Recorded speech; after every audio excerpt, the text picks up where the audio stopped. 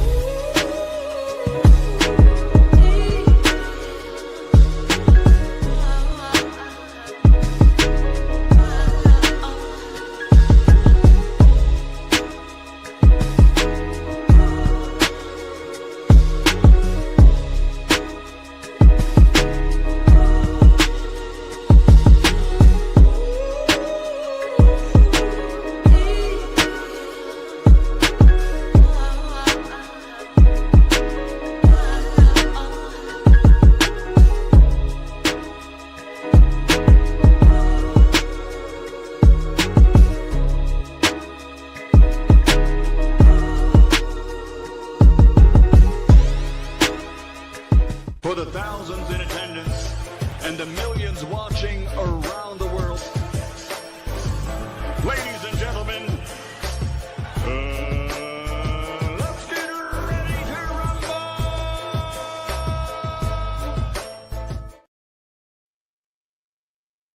Yeah. What's up, family? This is our boy Coach Malachi in the building. We back. Hold on. Where's my remote? True Media Podcast, man. We are back up in this BI. We back up in here. The TMP family. You know what I'm gonna do? I think I'm gonna start calling the members, because we got a lot of members a part of the that signed up. A lot of people signed up the membership. We're gonna start calling, I'm gonna start calling the members the True Media Mafia. You think you the Bob, we the Bob.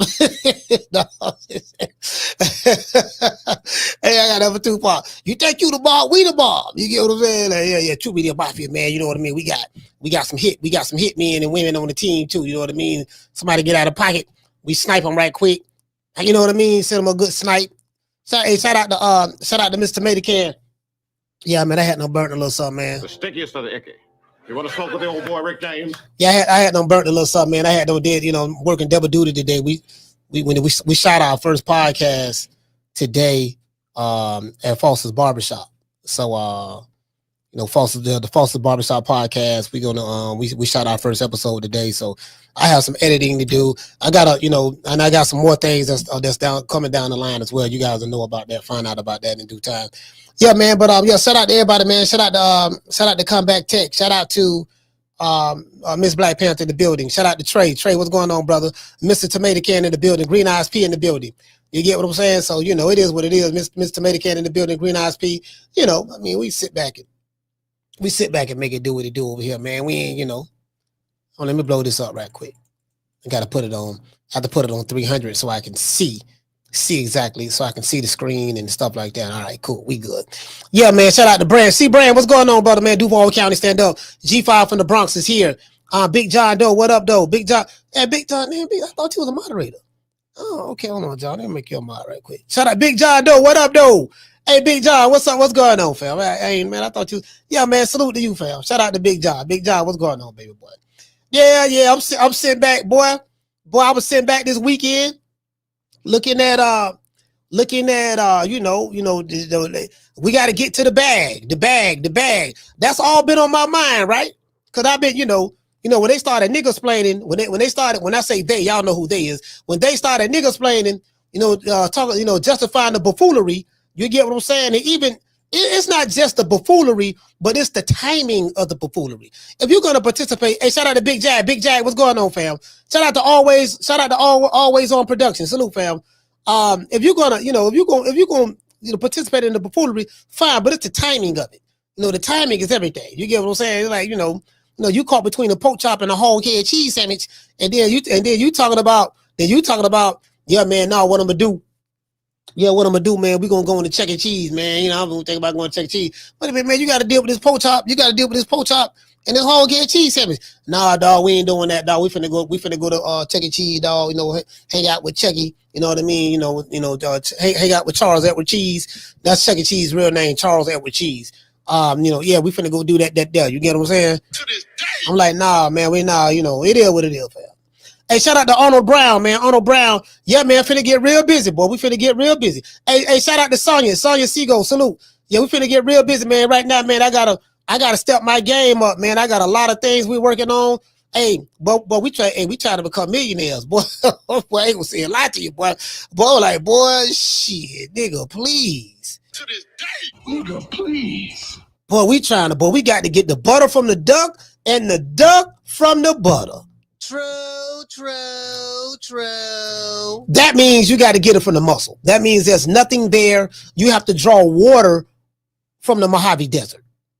That means you have to learn how to extract salt from the ocean.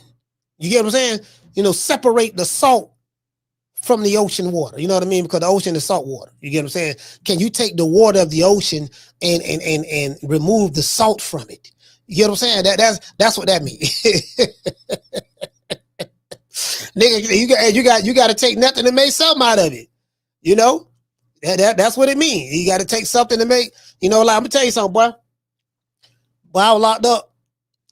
I didn't know that you can make so many different kind of meals. With ramen noodle soup. With ramen noodles, bro, them freeze dry ramen noodles. Man, I'm trying to tell you, boy, y'all don't understand, boy. It's about 15 different meals you can make with that. Literally. I learned all that in jail. Yeah, you know what I mean? Shit, you can take the ramen noodles. See, it's all about the water. You gotta use the right amount of water. You get what I'm saying? Because you can take like 2 packs of ramen noodle soup. And you can make that bitch swell up. You can make that bitch swell up, dog. That bitch will swell up. Like, you can't put too much water in it. You got to have just enough. That bitch will swell up looking like Hercules. And then you can put bell pepper in it. You can cut some onions up in it. You get what I'm saying? You can take some jack mackerel. You've been...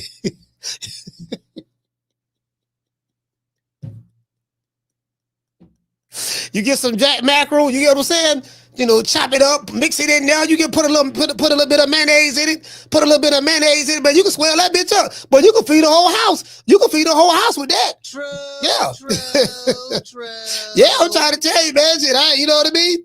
Shit. Hey, let me tell you, it should be no such thing. Like if you at home, like, yeah, we ain't got no money for no food. I don't know how to feed these kids. Man, it's gonna be real easy to feed them kids. Real easy. Doggone. Listen. Now you gonna have to get them ramen noodles. Get them ramen noodles. It got there. It's gonna be real easy. But you can feed. Hey, I can feed 10 people right now. Get me about 10 packs of ramen noodles. Get me a garbage bag, some mayonnaise, mustard, jelly,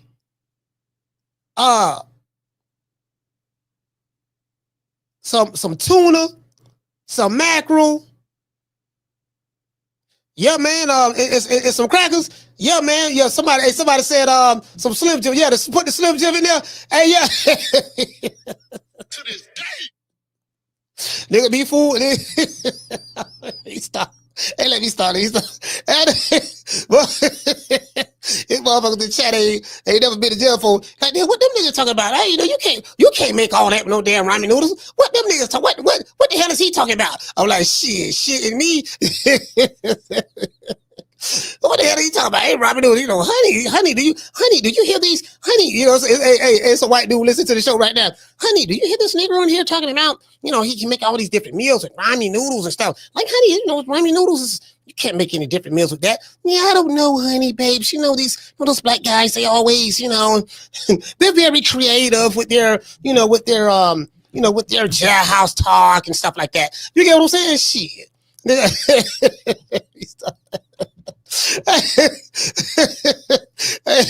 a white dude named Tom watching this podcast for the first time right now. Tom, like, what is he talking about? It's just ramen noodles. That's all. You can't do all of that with ramen noodles. But Tom, you just don't know, Tom. Tom, you just don't know. You can. Yes, sir, you can. Shit. I can feed an entire village of Africa with 10 packs of ramen noodles. Give me 10 packs of ramen noodles. I can feed an entire village and the poorest village in the village in the country in Africa. Yeah. Don't worry about it. Hold on. Y'all only 83 days. Don't even worry about it, dog. Don't worry, I got you right here. I got you right here. You get what I'm saying? Shit. Yeah. Thanks. Hey, shout out to Javier. Javier, what's going on? Shout out to Miss Connie. Miss Connie with the link read. Oh, Miss Connie over there. She on the other channel. Shout out to Miss Connie. Yeah, man, it is what it is. Anyway, let's get into the show. I've been thinking about getting the bag. Hey, shout out to Jody. Man, that's my nigga. That's my nigga. Hold on. Anyway, hey, man, what's up, fam? That's my, hey, look here. Hey, you guys remember? Hey, Jody. Hey, check this out. Hey, Jody, bro, I swear to God, bro. Hold on. I gotta be, hold up. Is you over in the chat? Hey, Jody, hey, check this out. My nigga, I was telling them about when we was in Van Buren. Hey, I was telling them about when we was in Van Buren, and you and Kenny, cause you know both of y'all had the Jerry curls. I was telling them about you when you and Kenny had that. Y'all used to be arguing and debating. You know, talking about who had the prettiest curl, the prettiest Jerry curl. You know what I mean? You know, y'all had all the girls and shit, all the chicks. You know, you thought you was a lover boy. Shout out to my man Jody, man. He was a lover boy back in the day. And Kenny was like, he was kind of a little light skinned. He probably about my complexion. And my main man Jody, he a dark skinned brother. And you know, but Jody had a better looking Jerry curl. So him and Kenny used to be, I think one had a Jerry curl, one had a leisure curl or something, right? They used to be in front of the girls, and Jody used to always shake his curl like that. That's just funny. Hey, I ain't gonna lie. He had some people out there. He had some chicks now. I ain't gonna lie. He used to grab them now. I can't front. He used to grab them. Him and Kenny. But they used to get in front of the girls and do like this here and be like, you know, who got the better looking curl? Hollis. Who got the better looking curl? Me or Kenny? I would tell him. Hey, hey, that's the school we went to, Van Buren Junior High. Yeah. Hey, shout out to Jody. Yeah, man. Yeah, I would tell him about the curls, man. Oh, shout out to Mr. AGR. Hey, okay. Yeah, man, he gifted 5 people memberships. Oh, okay. Yeah, man, yeah, for real though. You get what I'm saying? Hey, man, shout out to Mr. MGR. Who did you membership? Okay, he gave Obia, all right, Mr. Aaron Parker, my main man PD Russell, Eddie RH, okay, but received the membership. And 610 Nas received the membership. Let's give them a round of applause. Hey. Yeah, man. Hey, Unlay shoot. He said, did you go to Blake? No, I didn't go to Blake. I went to Hillsborough. High. I went to Hillsborough, man. Shit. Yeah, man. You know what I mean? Hey, shout out. Hey. But anyway, let's get to the bag. Let's talk about the bag. See, I'm finna show y'all how full of shit a lot of these niggas is online, right? These niggas just, you know, they be revealing their hand. They be revealing their hand so too soon. You get what I'm saying? They be revealing their hand too soon. So I just gotta show you some of these dudes, they flawed in a $2, they flawed in a $3 bill. You get what I'm saying? Some of these dudes, they flawed in a $3 bill, fam. That's my main man, Jody, man. Hold on, I got it. Damn. Yeah, I can't. Hold on. Wait. No, let me see. I got it. Hold on.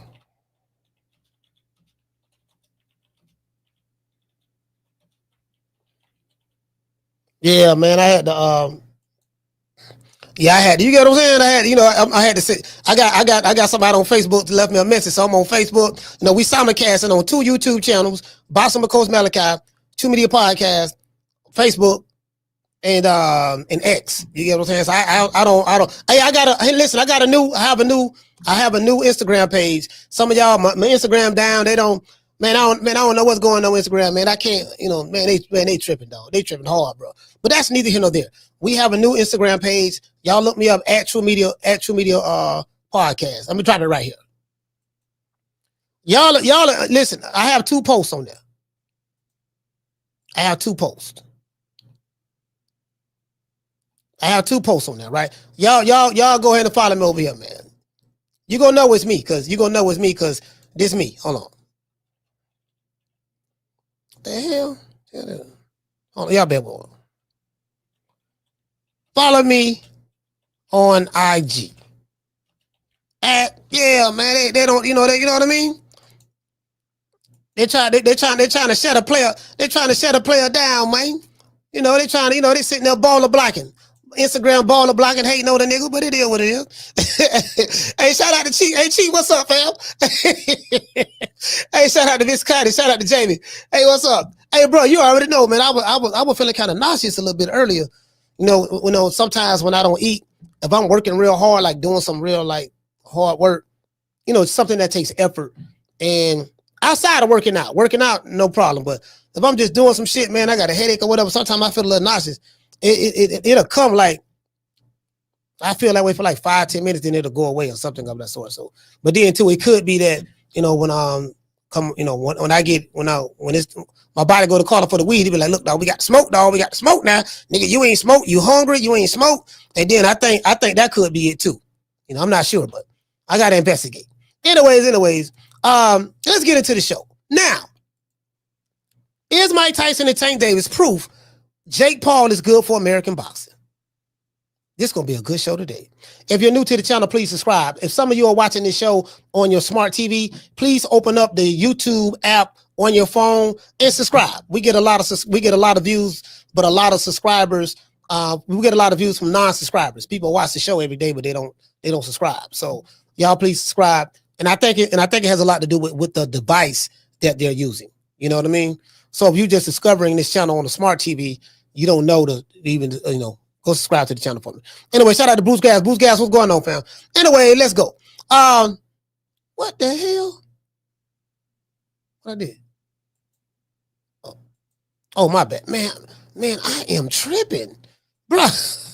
Hey, bro. Hey, y'all the stickiest of the bro, with the old boy Rick James. Hey, bro. Hey, you know, I'm too embarrassed to tell y'all. Don't worry about it. I'll tell y'all later. Anyway, last week, Netflix and Jake Paul announced that Jake Paul and Tank Davis will be fighting in November. Since that announcement, boxing purists have been feeling some type of way about this announcement. And trust me, I get it. On one hand, you're happy to see fighters like Mike Tyson and Tank Davis get paid big money. But on the other hand, boxing purists feel Jake Paul is hurting the sport. Timothy Bradley say he disliked, he said he hates Jake Paul. You know what I mean? So, you know, I just want to say, we'll just say he strongly dislikes him. True. We'll just say that. True. We'll just say that. He strongly dislikes him. We'll just say that. You get what I'm saying? So it is what it is. Let's talk about the pros and the cons of Jake Paul's impact on American boxing. Oh, and we're going to talk about Canelo boot situation. Like that ain't no situation to me. But anyway, but I dropped the video on that. Y'all can check that video out too. I'll drop the link on that video. Let's look at the pros and cons, right? What Jake Paul's impact on American boxing. Notice I said American boxing. I didn't say boxing. Notice when I talk about boxing in this country, I separate it from boxing. I say American boxing. There's a difference between American boxing as it relates to the culture of boxing in America and boxing. American boxing and traditional boxing are two different things in 2025. True. American boxing fans and global boxing fans are two different types of fans. Oh, y'all ain't hear me though. Oh, y'all ain't hear me though. Y'all have no idea where this show going at. Two different kind of fans. Same sport, two different kind of fans. I've been telling y'all for a couple of years now where boxing in America is going to be at. And I told you that boxing as you knew it, from a traditional standpoint, from a historical standpoint, in America is over. Do you want to know how I know it's over? Because look at the fans. The fans are telling you it's over. Here. You got to read the tea leaves, everybody. You have to read the tea leaves. Read the tea leaves. We're going to talk about getting the bag. Let's get the bag, right? Let's look at the pros and cons. These are the pros. Jake Paul is bringing new eyes to the sport. He's introduced millions of young fans, mostly Gen Z, Generation Z, to boxing who might never have watched a match before in their life or otherwise. He generates major online buzz through YouTube, TikTok, and Instagram. You get what I'm saying? Platforms that traditional boxing rarely taps effectively. He's reviving interest in undercards and events. Jake Paul's events often include undercard, underrated boxers, women fighters, and even MMA crossover boxing, giving them a platform they wouldn't otherwise have. Those are the pros.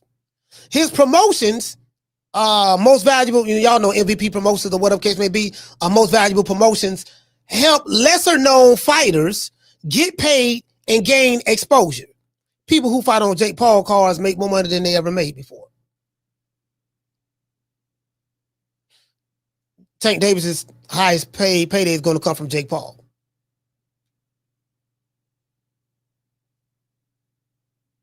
I know y'all heard the rumor about the 100 million. That ain't no 100 million. That's some shit that a fanboy said online. A nigga that's a known troll on YouTube. I mean on Twitter.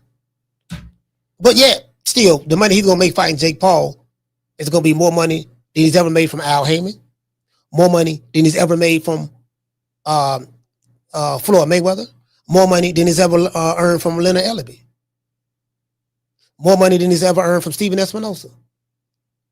That one fight with Jake Paul, he's going to make more money fighting Jake Paul than he did in any fighter that he's ever fought for one fight. True. Jake Paul is pushing for Mike Tyson, 75 years old, was able to lead the old folks home and get a $20 million payday. Mike Tyson. Old folks home, wheelchair, cane, boxing ring, $20 million. True.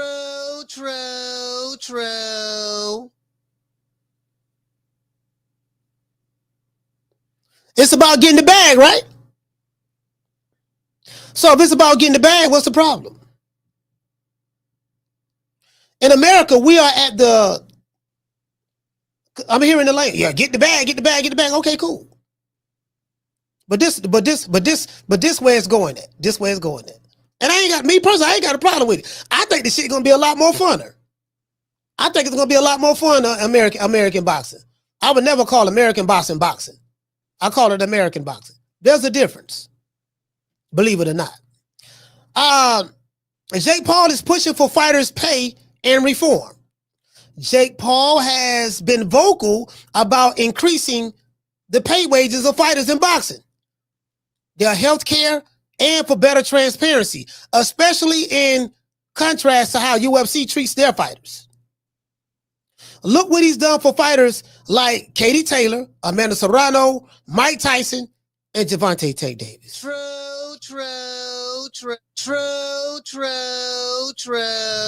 And we can't forget about bare knuckle boxing champions like Mike Perry. Basketball players like Nate Robinson. MMA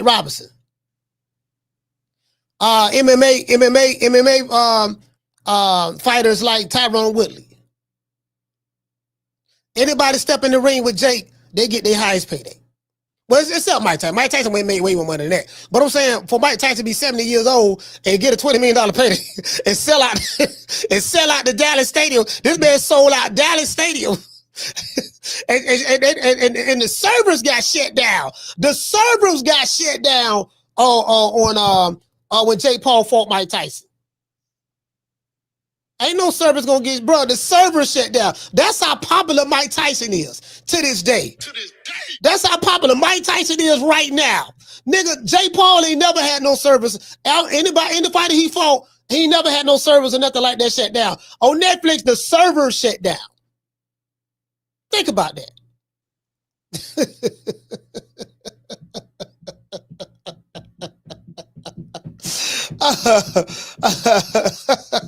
Nigga, the server shut down. Nigga, Mike Tyson, 75 years old. You know what I mean? Mike Tyson came out the motherfucking, nigga, Mike don't care about the woodworks on their ass. Shit, nigga, I'm gonna get this 20 million. I think about this, say Mike got paid like 20, 25 mil, something like that. Nigga, think I'm gonna miss this motherfucker 20, 25 mil, nigga, you got me fucked up. You get what I'm saying? It is what it is. It is what it is. Those are the pros. Now let's look at the cons. Let's look at the cons. He's blurring the lines between entertainment and sport. Critics of Jake Paul argue that fights prioritize spectacle over skill, especially when facing retired MMA fighters or non-boxers.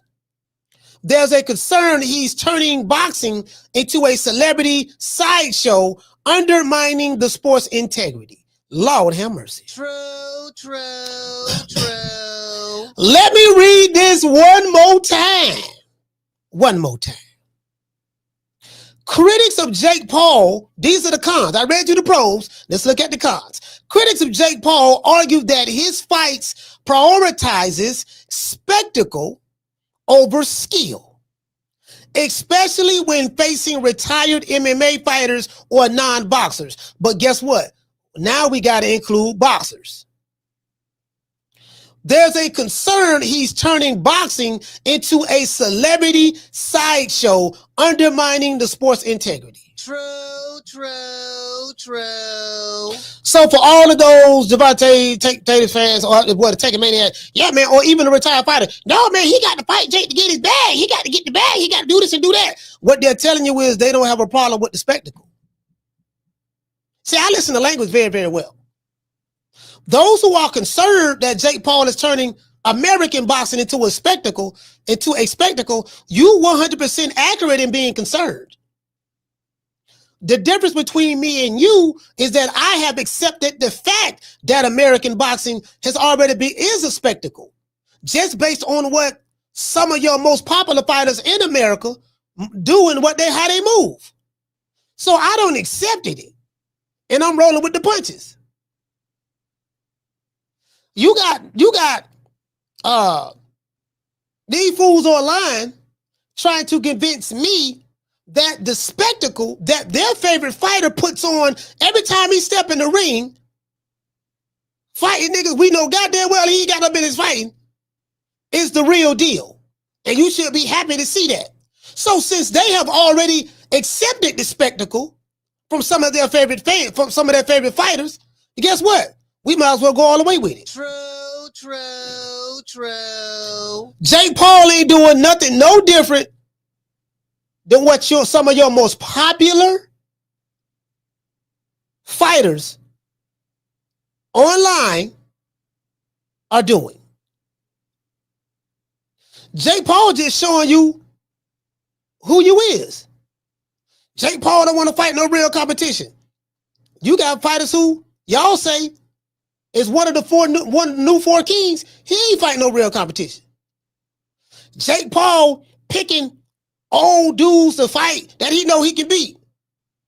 Shit. What's going on in American boxing? Ain't that what some of these niggas do right now? Yeah, how old you is, dog? Hey, he 25 now. I don't want him. Shit, how old you is? Man, I'm 42. Yeah, I want to fight you next. You can get it. True. Look what the PBC did with Rolando Romero, Ismael Barroso. Ismael Barroso look old as hell. The man look old as all outdoors, bro. Ismael Barroso. The man look real old, right? I said, man, Rolando gonna kill that dude. Man, it messed up, man. How the hell he get knocked out again? Tank. You know, bro, check this out. Tank sold out the Barclays Center with Rolando Romero.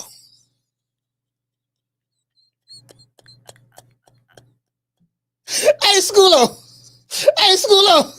Bro, I knew it was over there. I said he sold out the Barclays Center with Rolando Romero, and guess what? Everybody in the audience was excited. Hey, motherfucker 6ix9ine got the 6ix9ine, Tekashi 6ix9ine got into a shootout out there. Everybody was excited. I said, damn, I thought it was just me. I said, man, this a damn spectacle right here, man. Everybody know this man gonna win this. This man Rolly got to be in the ring, no motherfucking Tank. Everybody know what the fuck gonna happen. Bro, I thought it was just me. You get what I'm saying? The man sold out the Barclays Center with crayon eating, short butt shorty, yellow bus with the dark tinted windows, Rolling Romero, and they was excited to be there. True. Why y'all mad at Jake Paul?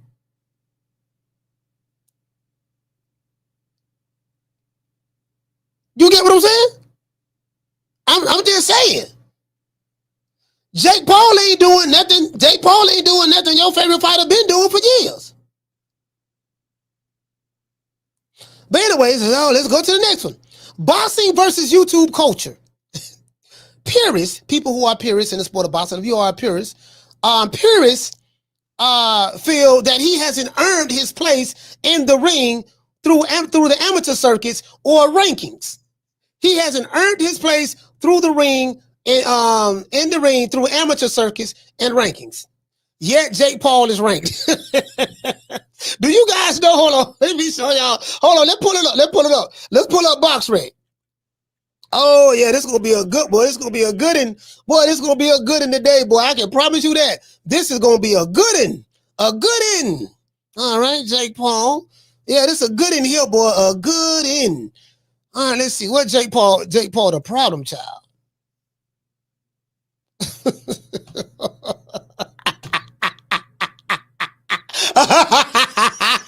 Oh, Lord have mercy. Lord have mercy. Lord have mercy. All right, let's go. Let me go ahead and y'all ain't gonna believe. Y'all, you know what? Y'all ain't gonna believe it, but I'm just saying though. I'm saying though. You get what I'm saying?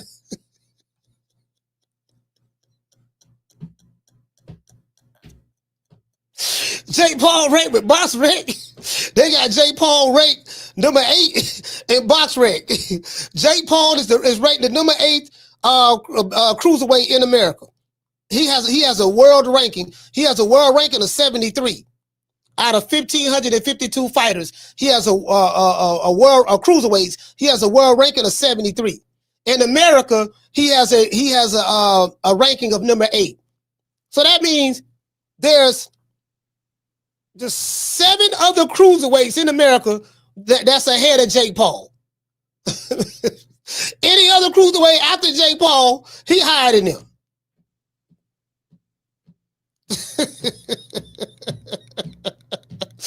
He got a 2-star rating. He got a 2-star ranking right now. He got a 2-star rating.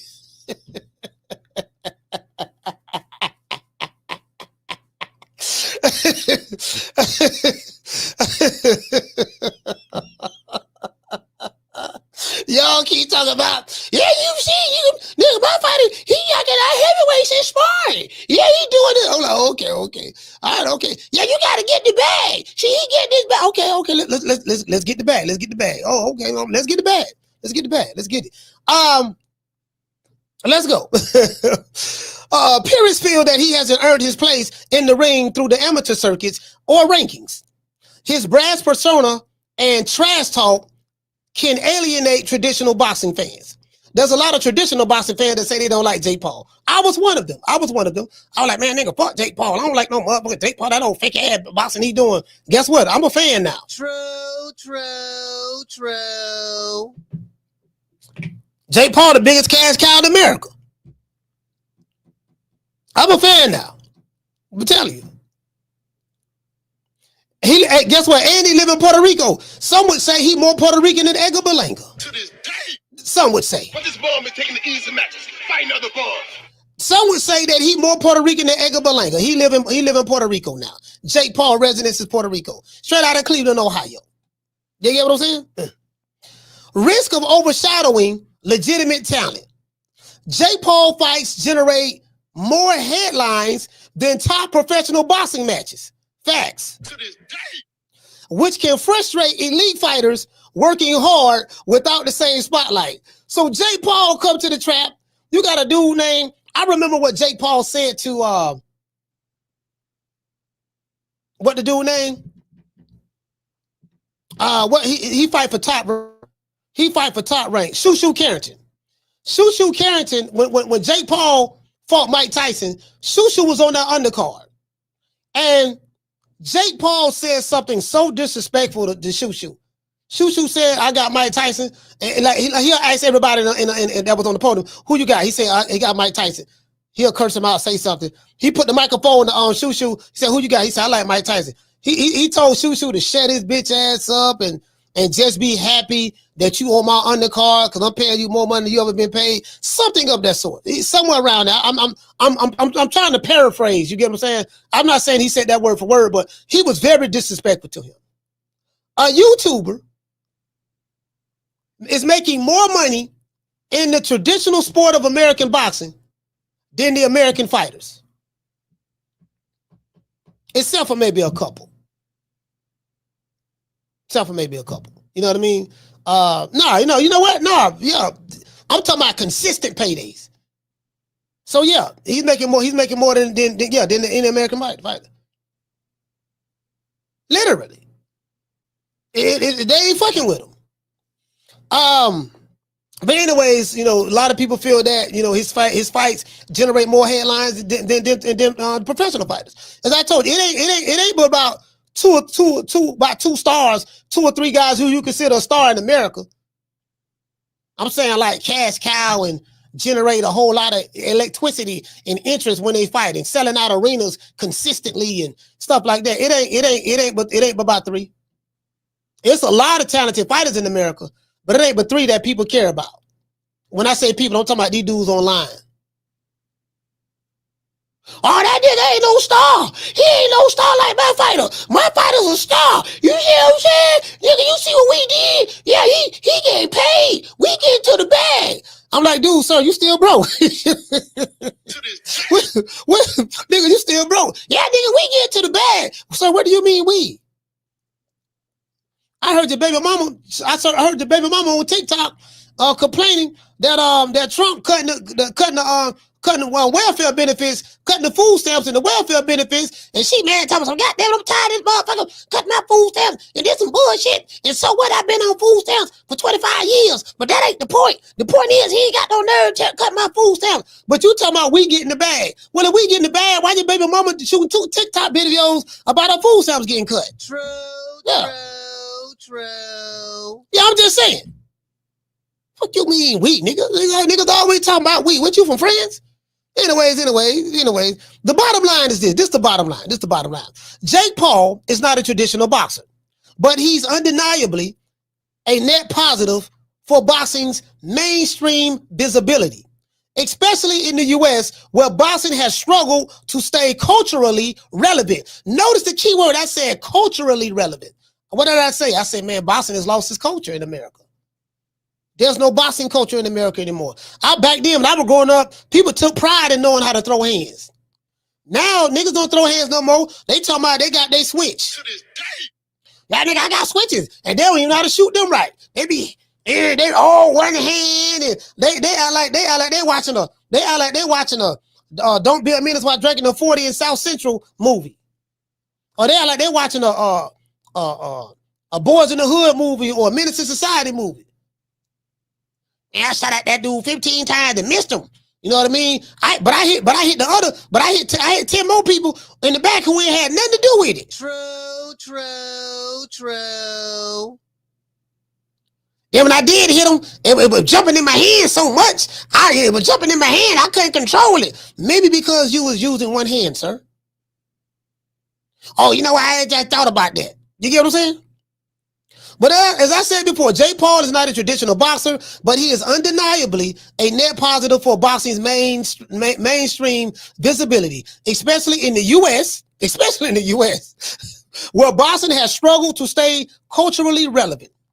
His presence is challenging the sport to modernize, learn how to market better, and rethink how talent is discovered and promoted. See, I've been telling y'all for a while, you've been on this channel, I've been telling y'all, I said, look, man, these promoters don't even know how to promote no more. The commentating is the same old ass boring commentating. It ain't even the same, because Howard Cosell was very exciting. The commentators be boring. They don't know how to get the people who are listening to the fight excited by hearing it. And then when the commentators do commentate, it's obviously that who the house fighter is, because the commentators are telling you, you know, what the dude on the left is getting his ass whipped. The dude on the right is winning. The commentators that tell you, because the dude on the left is a top rank fighter or a PBC fighter or a Golden Boy fighter or a Matchroom fighter, they'll tell you, yeah, man, the dude on the left, man, is whooping ass. Oh, shit, he got hit in the face 4 times. But look at that one punch he came back with. Lord, he winning the fight. Dude, the dude on the left is getting beat 11 and a half rounds to nothing. And then the fight end up being a draw. True. That same old shit. See, when you call a fight, you have to call a fight as though people are listening to it on the radio like they did back in the day. You know, back in the day, when my mom and them was growing up, you know, it was a luxury to have a TV. Well, if you had a TV, you was rich. Back in my mama, my mama was born in the 40s. If you had a TV, nigga, you was rich back in that time. So, you know, but yeah, so you got to know how to, a lot of times people used to listen to the fight on the radio. When Ali fought Foreman, everybody cry, everybody go to, they'll come to my mama Betty Jean house, or they'll go to somebody else's house or whatever in the projects or somebody's house, they'll crowd around the radio or well, you know, back then, yeah, they'll crowd around the radio and listen. You got to call the fight. You can't have people listen to the fight on the radio and you like, yeah, you know, Tom, yeah, that was a good left hook. Yeah, John needs to back up a little bit. See, he don't understand, you know, how to control the distance and range. And man, you know, Mike is really, really losing this fight. Yeah, you know, he landed 10 punches that round, but were they effective punches? The 1.5 punch that John landed was a lot more. I think I'm going to give John that round. That's how they call the fight. Motherfuckers on the radio don't went. Motherfuckers don't went to sleep. He don't nod it off. He know you're lying. He know you're lying. You get what I'm saying? Like, man, shit, man. So, you know, I'm happy. I swear to God, I'm happy that boxing is where it's going at in America. Cause this shit got to go. This shit got to go. You get what I'm saying? It got to go. If you're if you're in the entertainment, if you are in the entertainment, plus audience growth side of boxing, then he's good. Because Jake Paul is going to be entertaining and he knows how to grow an audience. He can draw an audience. If you're a purist or a hardcore boxing fan, if you're a purist that's focused on athletic credibility, then you probably see Jake Paul as a sideshow. But to be honest, American boxing has been a sideshow for years now, with top-level competition, fighters with top-level fighters being able to take easy routes while claiming that they are the best. Jake Paul is doing the exact same thing. As the old saying goes, don't hate the player, hate the game. Leonard Ellaby said it best. It's about putting butts in seats. And no fighter in America does it better than Jake Paul. If boxing is a business, y'all remember what Booker Ray Leonard say? Boxing is a business. It's about putting butts in seats. That's what it's all about. Those other guys, they're phenomenal fighters. Shakur Stevensons and Devin Haney's, they're phenomenal fighters, but those guys don't put butts in seats. I mean, you know, they're not a draw. Those are just the facts. You can take, I got a video I showed y'all. You can take the other day, you can take all of those guys and combine them into one. Tank is doing $4 million live gains. Those guys are not doing nowhere near that. So Leonard Ellaby and Floyd Mayweather are the ones who made the transition to the spectacle that we see today. That's how influential those guys were. It ain't about fighting the best. You're going to make the money. The money is a byproduct of that. It's about putting butts in seats. So it don't matter how you put the butts in seats. I want y'all to understand this. I want you to listen to me very carefully. It doesn't matter how you put the butts in seats. Just put the butts in seats. Man, he got to fight that hard fight, and he still couldn't sell out. And the dudes on there laughing and kicking. But my fighter fight whole head cheese, and we packing the house. Everybody there. Yeah, he got to get his bag. Yeah, we got to get our bag. Leonard Ellaby, I'm listen. I'm telling y'all some real shit. Listen to him. I'm telling y'all, go back and listen to them old Floyd videos. Go back and listen to them old. Leonard Ellaby videos. It's about putting butts in seats.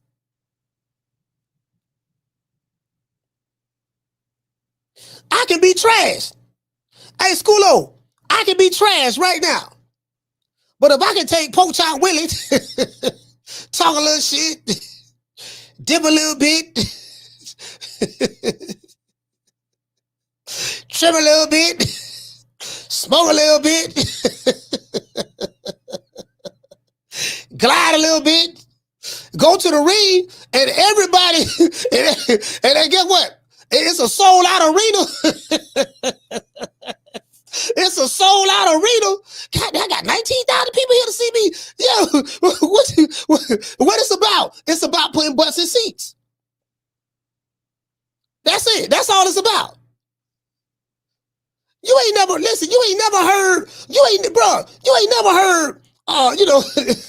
yeah, we don't mind you putting butts in seats. We want you to put butts in seats while wanting to smoke. Put butts in seats while at the same time fight the top guys. Fight the top guys. What do we do that for? Well, listen, if I can put butts in seats fighting Tyrone, man. Hold on, wait.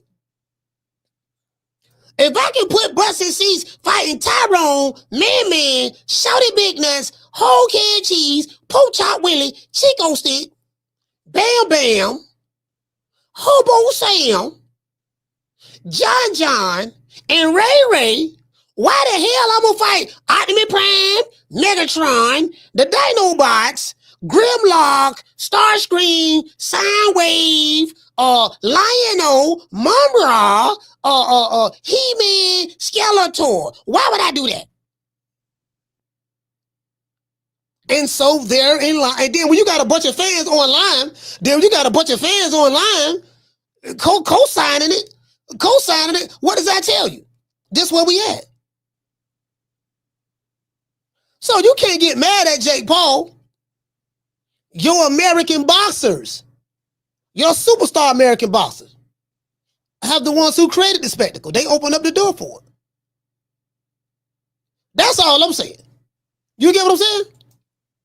Hey, shout out to Hello, David. Hello, what's going on, brother? Bruce Gas in the building. Shout out to NPR. Yeah.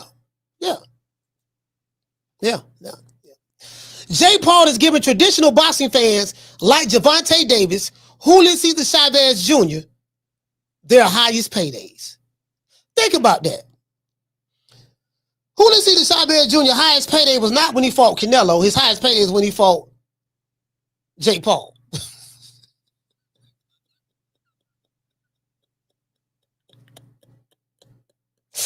Tank Davis' highest payday is not it's not from fighting Roland Romero, Mario Barrios.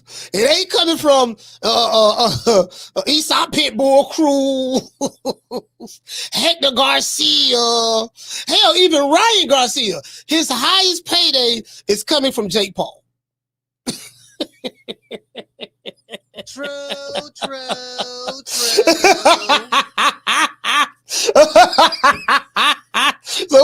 So, bro, and guess what? Now it could have came from Turkey Island Sheep. Because Turkey Island Sheep got way more money than Jake Paul. It could have came from that way. But Tate was like, no, I need 2 Ferraris just to think about it. Turkey Island Sheep got a boatload of money over here. I ain't finna give you no Ferraris, but what I'm gonna do, I'm gonna pay you enough money the way you can buy your own Ferraris. Nah, nigga shake his head. Nah, that's all right. No, I I got other options. I got other options, dog. Look, I got about this nigga. I got like 60, 70 million over here for you right now. You ain't getting there fighting no Jake Paul. Nah, that's all right, dog. Don't worry about it. I ain't worried about that. I ain't doing none of that. I ain't doing none of that. Doing none of that. I got other options. True.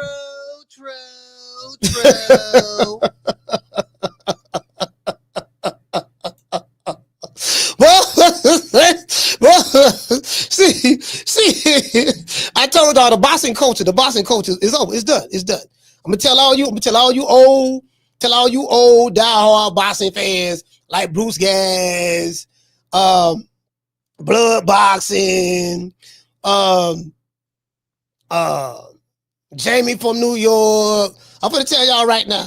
Y'all better jump on the Jake Paul bandwagon right now. It's over with. Boxing as you knew it is over. Y'all better jump on the Jake Paul bandwagon right now because your modern day fighters have made it a spectacle. And they open up the door for the circus. So it is what it is. And guess what? It's about getting your bag. So I got a suggestion. We don't need to see no more real fights. Once this Crawford Canelo fight over with, you know what I mean? We need to see Canelo fight Jake Paul next, or Terrence Crawford fight Jake Paul next. We need to see that. We need to see Shakur Stevenson and let him get a crack at Jake Paul. We don't need to see no more real fight because it's about getting to the bag, right? It's about getting to the bag, right? Right? True. And we can't selectively choose who should get to the bag and who should not get to the bag. So if it's about getting to the bag, then let all the other fighters, the top fighters in America, just get in the line and wait for and fight. Y'all take turns fighting Jake Paul. True.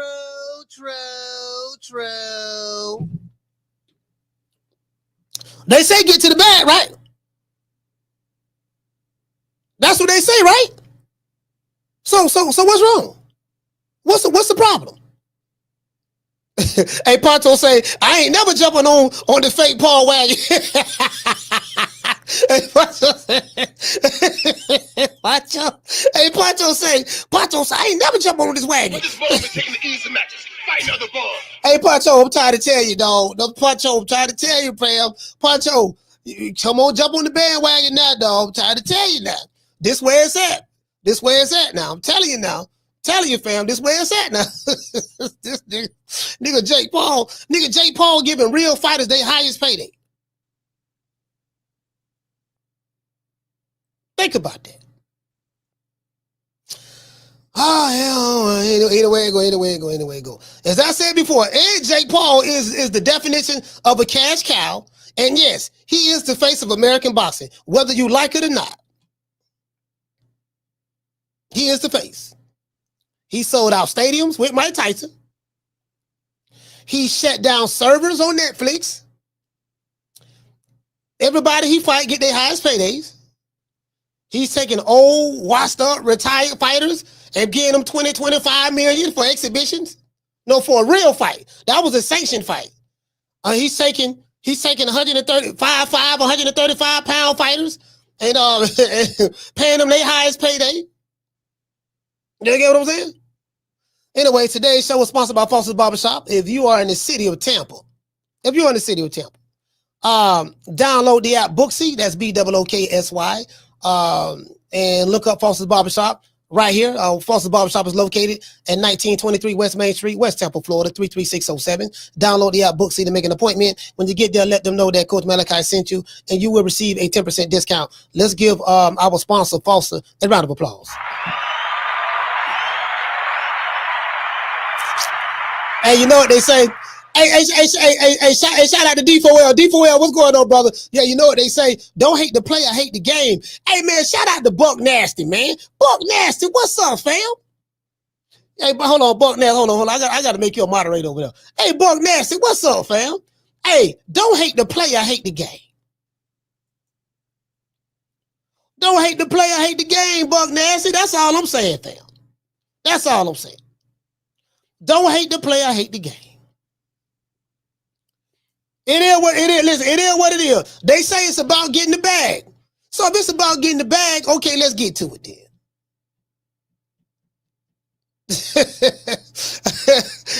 Hey, What you say, Albert? Albert say, yeah, being able to fight Jake Paul is like a winning lottery ticket. I was listening to somebody, right?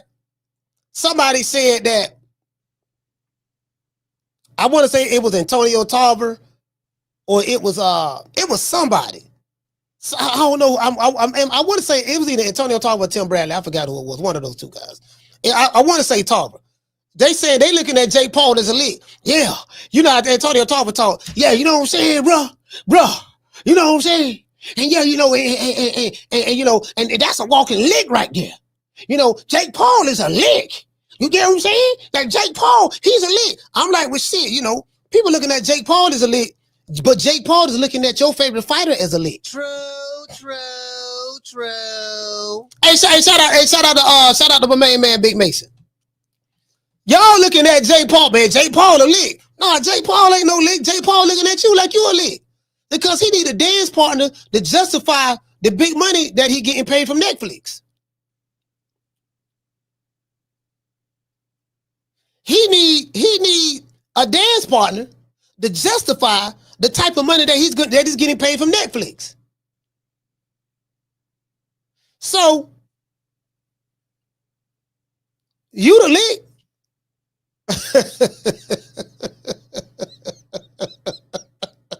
you get paid a lot of money though.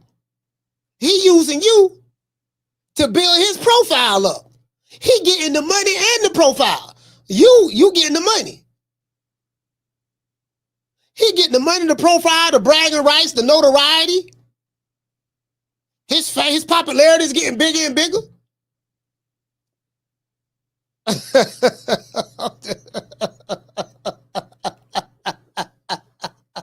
Well, talk about shit. Nigga, please. Nigga, Jake Paul smart than the motherfucker. He don't came to your trap and took over the trap. You didn't go to his world. You didn't go to the social media world or the influencer world. He came to your world, your backyard, and say, dude, this shit so trash. I'm gonna come in this shit, dog. Take this shit over. I'm gonna be the highest paid fighter. Nigga, I ain't fought no amateurs. I ain't got no cosign for no Floyd Mayweather.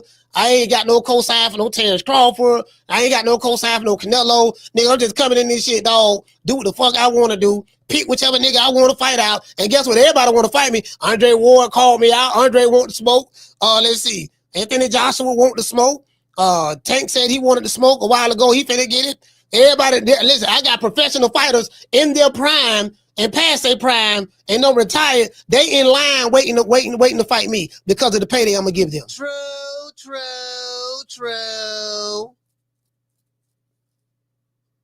Yeah.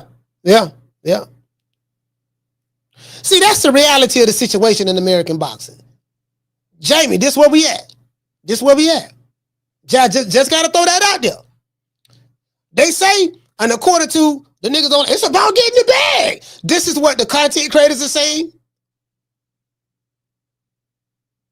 Who deride certain fighters? Yeah, we get to the bag. Okay, but guess what? When it's the fighter that they don't like, does it? Oh man, he ducking the smoke. He wanted to fight him because he's scared of such and such. Wait a minute. When it was your fighter that you would meet riding reverse cowgirl, doodle browning, dropping it like his hat, one leg up, and you know what I mean. Also jostling. You know, you said that it would get to the bag. But when the fighter that you don't like do the exact same thing, you say something totally different. True. I don't get it. See, y'all don't understand the game. But when you are put in a certain position, he should be he's able to, like me. You know, when I was in a position, I can pick and choose who I want to, because I earned that right. You get what I'm saying? It's about picking and choosing. Hey, shout out to Bye YouTube, salute fam. See, it's about picking and choosing now. You know what I mean? The man earned the right. He earned the right. See, hey, shout out to D Nash. Hey, okay. Shout out to the Nash. What did say, fam? Dropping that quarter of a dub. He said, imagine Jake Paul versus Floyd Mayweather. Yeah. I can imagine that. Absolutely. I can imagine that. Jake Paul versus Floyd Mayweather. Well, we saw Logan Paul versus Floyd. We saw Logan Paul versus Floyd. So it is what it is. I told y'all the boxing culture is done in America. That's over with. American boxing has become. So when they say, "Man, boxing dead," boxing ain't dead. American boxing dead. Down from the bar, there's a platform stage. People pimping, sharp as razor blades. Guess what? Y'all check this out. You gotta love it. Jake Paul is probably the biggest star in boxing in America. I don't think nobody can argue that. And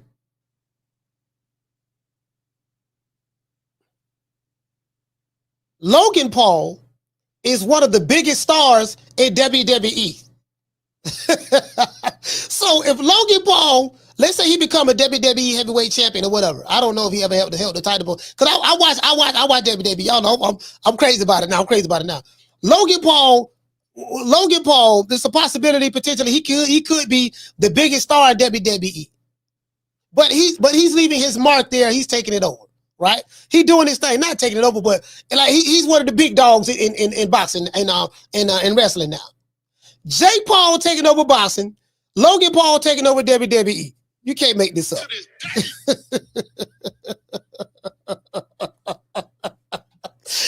motherfuckers don't cave in this, dog. Come to the trap and take over the trap. Came to the trap and take over the trap. Yeah. So there's nothing. So all of the fighters should get the bag. Mike Tyson did it. Tank doing it. Jake Paul picked him. Shakur Stevenson should do it. Canelo Alvarez should do it.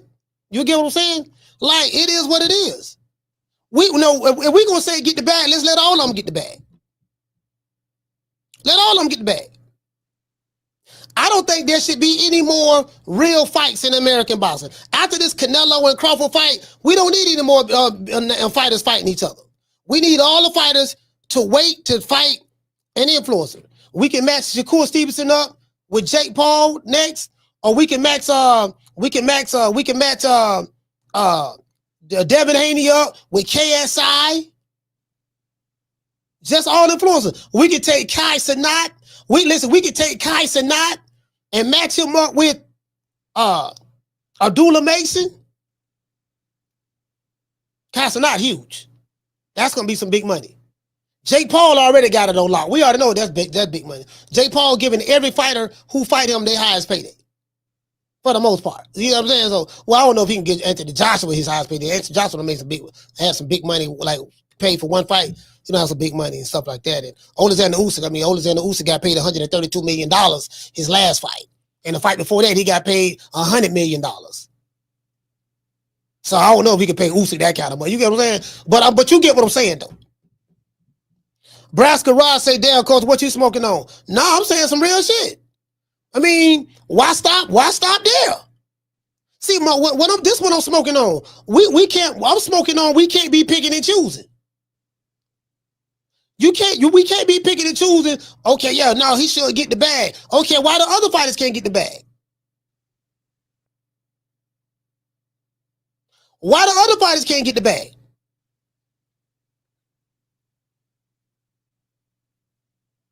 Did you get what I'm saying? How are you cool with one guy getting the bag, but you ain't cool with the other dudes getting the bag? Let the other dudes get the bag. Jamie say boxing is boxing is over. Boxing ain't over. Jamie, American boxing. It's American boxing, fam.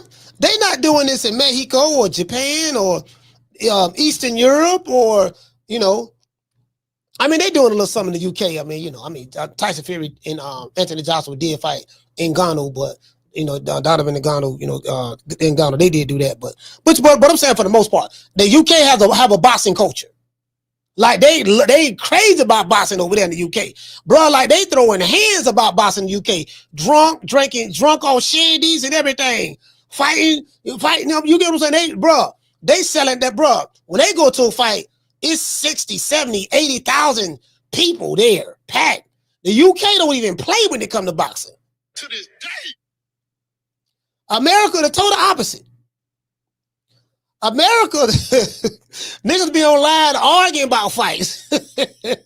Imaginary fights. Just imagine what he would have did to Ali. Just imagine what if he's this is American boxing media. This is social media boxing. Social media boxing content in a nutshell. Oh, look what he did to Rolly Romero. Oh my gosh. Wow. He just stood on the ropes and he did a backflip. Yay. You know what? I'm not going to lie, guys. Just imagine what he would have did to Roberto Duran if he would have caught him. True. You think Roberto Duran would have been able to take that punch? So that's American boxing. It's just imagine. Just imagine. We don't need to see that fight because, he's not even a draw. I knew it was over with. When I heard these niggas online holler about they fighted the cash cow, he's a draw, this dude ain't selling tickets. And I'm like, damn, they sounded just like Booger Ray Leonard. I've been telling y'all this for the past 3 years. I said they sound just like Leonard Ellaby, bro. When these niggas using Leonard Ellaby and Floyd Mayweather talking points to duck smoke. Man, my fight in the A side. 60-40, 70-30, 80-20. Take whatever we give you. That audience is what dominates boxing right now. Sign the contract. I got shooters, homie. That's American boxing. Hey, what you say? Hello, David. You on the wrong side of the street. You better not come to the fight. Bro, this where it's at. This where it's at. You get what I'm saying? So I've been studying this shit, and I've been making digital notes. All these videos I've been dropping, I've been saying the same thing to y'all. Now y'all starting to see what's going on. See, now y'all starting to get it. Now y'all like, damn, dog. You know what, dog? Damn, now I see what Coach been talking about. I'm like, yeah, this what I've been trying to tell y'all, fam. This what I've been trying to tell y'all all this time. Yeah, I've been trying to tell y'all that. Now y'all get it. Now you starting to get it. It ain't just one thing. It's been deteriorating over a period of time. Check this out. This one you knew it was some fugazi stuff. When Floyd Mayweather fought Conor McGregor, I think that was his last fight. And this is why you gotta blame Floyd. Hey, listen, shout out to Markevion Black. Salute to you, fam. He said you've been on point. But this one you knew it was over. Floyd Mayweather brags about being TBE. I'm the best ever. I mean, I'm 50 I broke Rocky Marciano's record. And he was allowed to get away with that. Where am I going with this? How the hell do you break Rocky Marciano's record fighting a guy that has never had a professional boxing match before in his life? True. Floyd Mayweather broke a boxing record. Well, Rocky Marciano's boxing record. Beating a guy who had a 0-0 professional record in boxing. And that fight was sanctioned by the WBC. When that happened, I knew it was a wrap. True. How you brag about breaking, and again, I ain't tripping on that. I mean, I get it. But I'm saying, bro, you can't count that.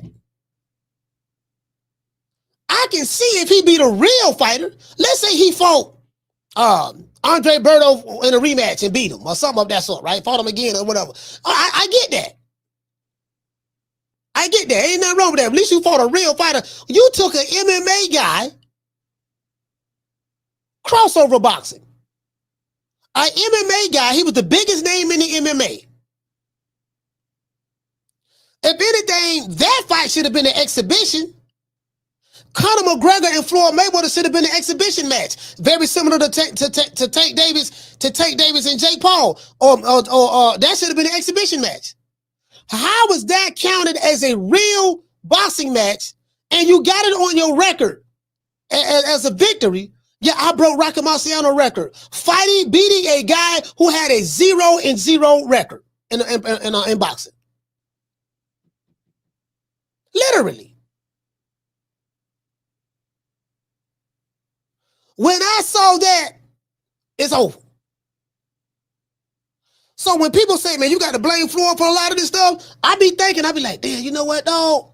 I be trying to give Floyd the benefit of the doubt, but then I be like, damn, you know what, fam? Damn. And these motherfuckers might make a point. They might be making a point right here, dog. God damn, they might be making a point. Like, you get what I'm saying? And keep going back to Floyd. Hey, Jamie, check this out, Jamie.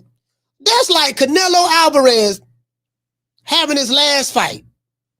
You know, okay, guys, you know, Canelo, I'm going to retire. You know, I've been fighting long enough. You know, I'm going to have my last match. I want to break a personal boxing record. I want you guys to help me. This and that, yada, yada, yada, right? And he say, I'm fighting Jamie from New York next.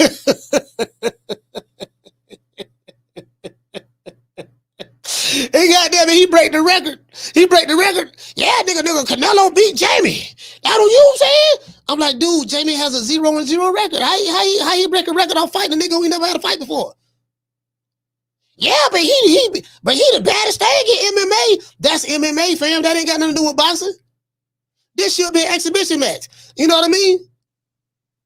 I tried to tell you, dog. I tried to tell you. Listen, it is what it is, fam. It's over with.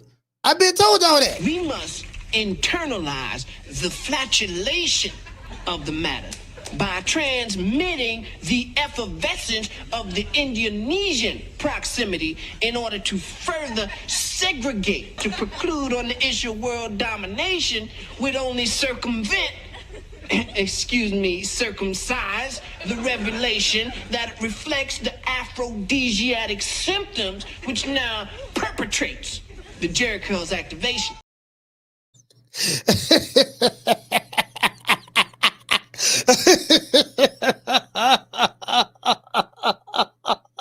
I just saw somebody say something in the chat. I'm not even gonna respond. I'm not gonna respond. I just got dog. I can't, dog. I can't. I just don't have the energy. Yeah. Oh, that look good.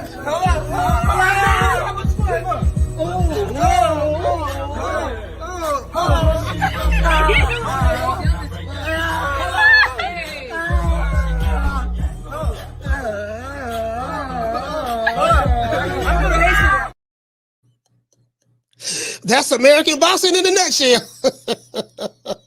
Shout out to the Prince of Pan-Africanism.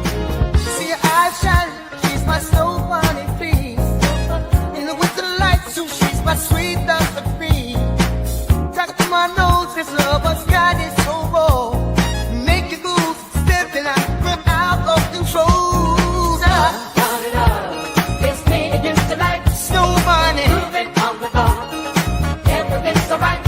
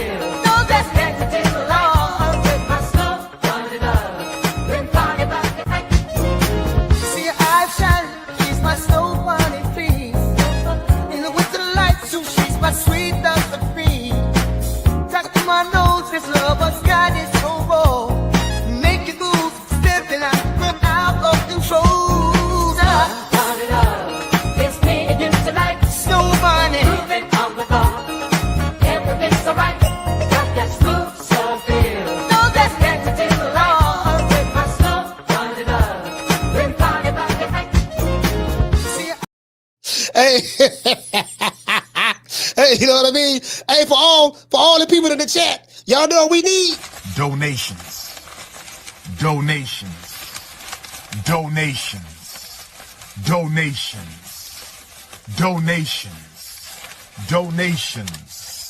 Gifts. More gifts. Hey, that we need right there. Gifts and donations. Now, Jay Paul, the question is Mike Tyson and Tank Davis proof that Jake Paul is good for American boxing? I think the answer is yes. Me, the fans, we feeling like you not getting the best fights you supposed to. But we know Tank can fight anybody. Why is that? For me, we want to see you fight Lomachenko. We want to see you fight Devin Haney, Teofimo Lopez, motherfucking all the top who they say is the 4 horsemen and they anywhere around your weight class. We want to see it happen. When we gonna see it happen? I'm not sure. I ain't got That was real shit. That's some real shit. I don't know. That's like, how many times you don't went in there and said, I want these niggas, man? to be honest, I ain't never said.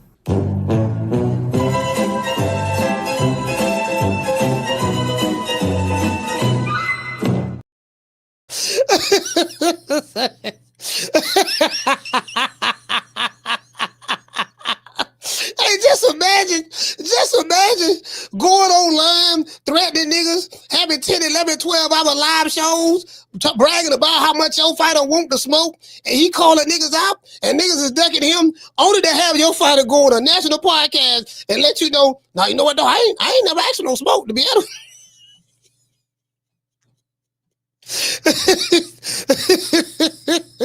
Hey, who was you, pimp? Hey, what the fuck? What the Get your fuck? motherfucker. Hey, this nigga squeezing me. Get this freak Hey, ass player. nigga up You out ain't me, hear my bro. nigga say What back the fuck up, dude?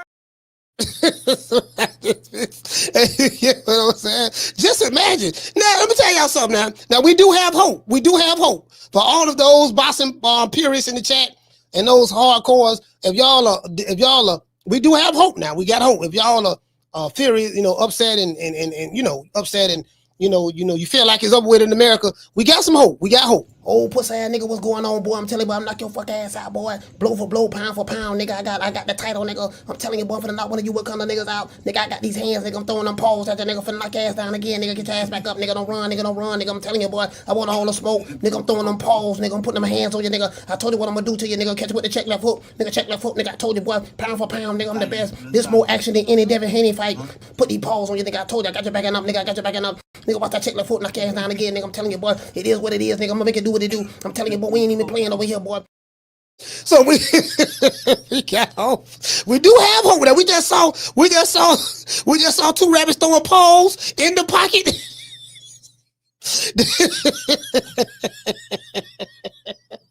Hey, shout out to Mike. Hey, shout out to Mika. We just saw two rabbits throwing hands in the pocket. You get what I'm saying? They didn't want much money neither. They weren't talking about two Ferraris, none of that. They paid them a couple of carrots. The motherfucker was throwing.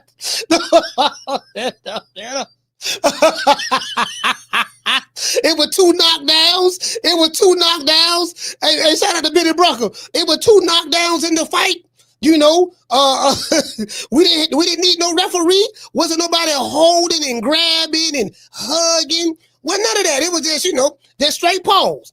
You get what I'm saying? So we do have some hope now. I don't want nobody to give up. We got hope. Just hold on. But right now, I've been telling y'all for a minute. I've been trying to let y'all down easy. But now it's here now. It's here now. It is what it is. This what it is. Jake Paul is good for American boxing, bro. Because guess what? I'm finna write down two things. I need to write this down right now so I don't forget. That's so I don't forget.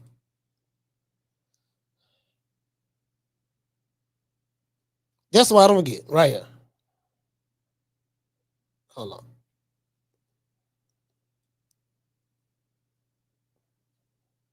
All right. It's about putting butts in seats.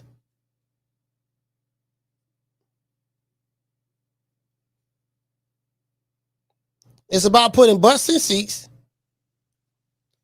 and getting to the bag. Oh, that term been used. That's an overly used term.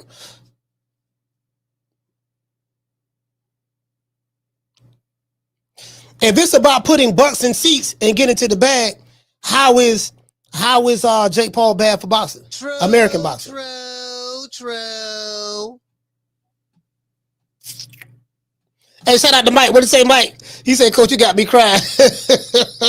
Hey, bro, hey man, all I'm saying, man, is, look, man, listen. This all I'm saying, fam. Now, I am the #1 contender. I'm tired of James the Poodle, Grim Reaper, whatever you want to call himself, ducking me. All right, I'm tired of man driving around town in 8 Rolls Royces. He ain't fought nobody. I'm still in a broham. So nigga the broham right now, boy. He listen. He can't get that opportunity, fam. You did? Don't ever forget. When I found you, you was strung out on coke. When I found you, you was like a big house, contemplating about killing yourself. So don't you ever forget who brought you to big time boxing. I drugged you back. I brought you back. I provided food and put food on your table for your family to eat. And I'm doing it for the second time. So don't you ever forget that. Hey, just imagine. Hey, listen. Just imagine breaking. Shout out to Floyd Mayweather. Just imagine breaking Rocky Marciano's record, beating up Conor McGregor, a guy who had a 0-0 record. What about Rocky Marciano? Oh, there they go. Every time I start talking about boxing, a white man got to pull Rocky Marciano out their ass. That's the one. Rocky Marciano. Let me tell you something wonderful. Rocky Marciano was good, but compared to Joe Louis, Rocky Marciano ain't shit. He beat Joe Louis's ass. Let me drop these phone lines.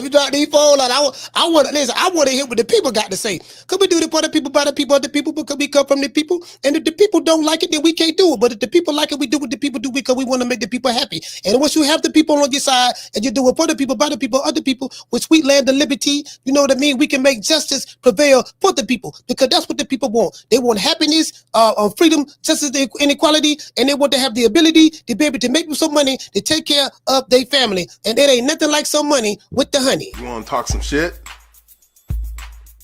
Call me. Start some shit, bitch. Sup, fool? You gonna talk shit about me, homie? Where you from?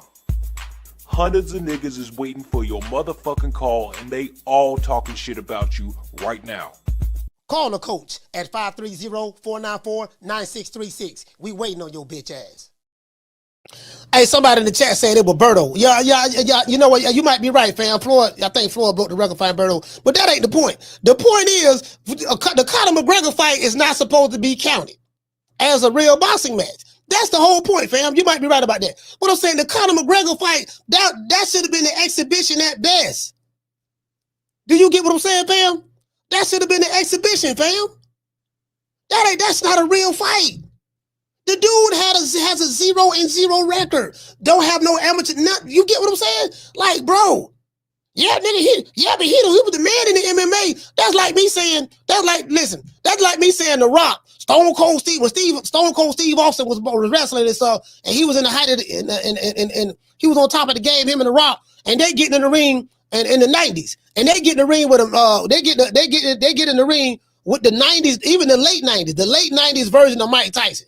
Yeah, man, you know, The Rock, he's a superstar in WWE. Yeah, man, but that ain't got nothing to do with boxing. Mike finna knock his block off.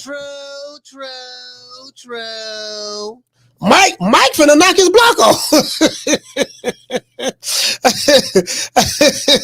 Hey, yeah, Fury ain't got no, Joshua ain't got no. But you know what, Hollow, I think those was those real fights? Was that a real fight? Hollow, Fury and Ngannou, was that a real fight, dog? I think, you know what? I think those are sanctioned fights. Yeah. I think those were sanctioned fights. That shit shouldn't have been sanctioned, bro. That shit shouldn't have been sanctioned. That's crazy. I'm still trying to understand that. And you know what I keep coming back to? It's about putting butts in seats and getting to the bag. That's what killed American boxing. That right there. You know, it's about putting butts in seats and getting to the bag. That's it. So Shakur Stevenson should be allowed to do it. Carla Hodon. Terrence Crawford, Canelo Alvarez, Devin Haney should be allowed to do it. Mike Tyson already came out of retirement and got him some. Tank getting him some. You know, the other dude should be allowed to do it. We shouldn't even have any more big name fighters anymore. You know what, dog? No, just we need to fight. We need to fight Kai Cenat. We need to go fight T Grizzly. We're talking about these streamers, the gamers. We need to go fight doggone Jake Paul. We need to go fight Logan Paul. You get what I'm saying? That's what we need to go do. We got to get to the bag, put butts in seats and get to the bag. That rule should be, that rule, you get what I'm saying? That's what it should be, the spectacle. I don't call it, what's your name, where you calling from? Corey from Texas. Corey, talk to me, brother.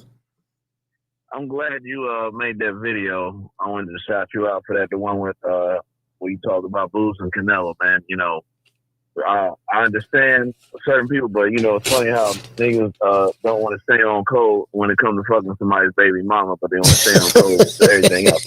So I just wanted to make sure. I'm glad you dropped it. You chill with that shit. The code, baby mama, right? The code is subjective. That's your best friend. Exactly. It's subjective as hell. You got your best friend, baby mama. Ankles all behind her head while he in jail, or when they break up or whatever, it sound like the damn Betty hits the dryer when it go around the circles and shit. Shit don't make no damn sense, coach. But yeah, man, like you said, Jay could be good for boxing talking about the subject today because like last time when you covered the fight, Barrios did fight a real fight on undercard. Shushu fought a real fight on undercard. So even though I'm not happy with this, the undercard will probably still have like what we consider real boxing matches as far as hardcore boxing. Man. Yeah, Jake Paul giving fighters opportunities. You see what I'm saying, my brother? The sweet land of liberty. Right. You know what I mean? He's giving fighters opportunities. They're getting paid more money than they ever been paid under any other promoter, you know, outside of Jake Paul's, you know, with Jake Paul. So, you know, do you think that Jake Paul is good for the game, American boxing scene, or do you think he's bad, my brother? Well, you know what's funny, Coach? I don't like it, but at the same time, I do remember him going back and forth with Dana White. He's been going back and forth with Dana White for 6 or 7 years, saying UFC fighters don't get this, don't get that. He's always kind of wanted to be a promoter. He's always wanted to do that. He's always wanted to have his own stable of fighters. So we'll see what he does in the future. But you know, I wish Tank. You know, I don't know, Coach. I don't know if I can say good or bad because if Tank was fighting him right now and had he fought Shakur Stevenson, had he fought, you know, Devin Haney and Teofimo Lopez, I don't think I would be as upset. I think I'd be okay with it because he fought who I needed him to fight to, you know, evaluate him as a good guy for this era. So, you know, I don't know. I guess I got to wait and see if I think he's good or bad for boxing. I know you love it because you don't the emotion of the bullshit, Coach. Hey man, look here, man. I call it. Well, I see. I be studying it. I be studying it, bro. I follow the trends. That's how I be knowing what's going to happen next in sport as it relates to the reason why I say American boxing is pretty much over with because I study the trends. I look at the analytical data, and I see how the interest of the people. And you know, it's boxing in America is only the fan base that's here now are becoming more Jake Paulish.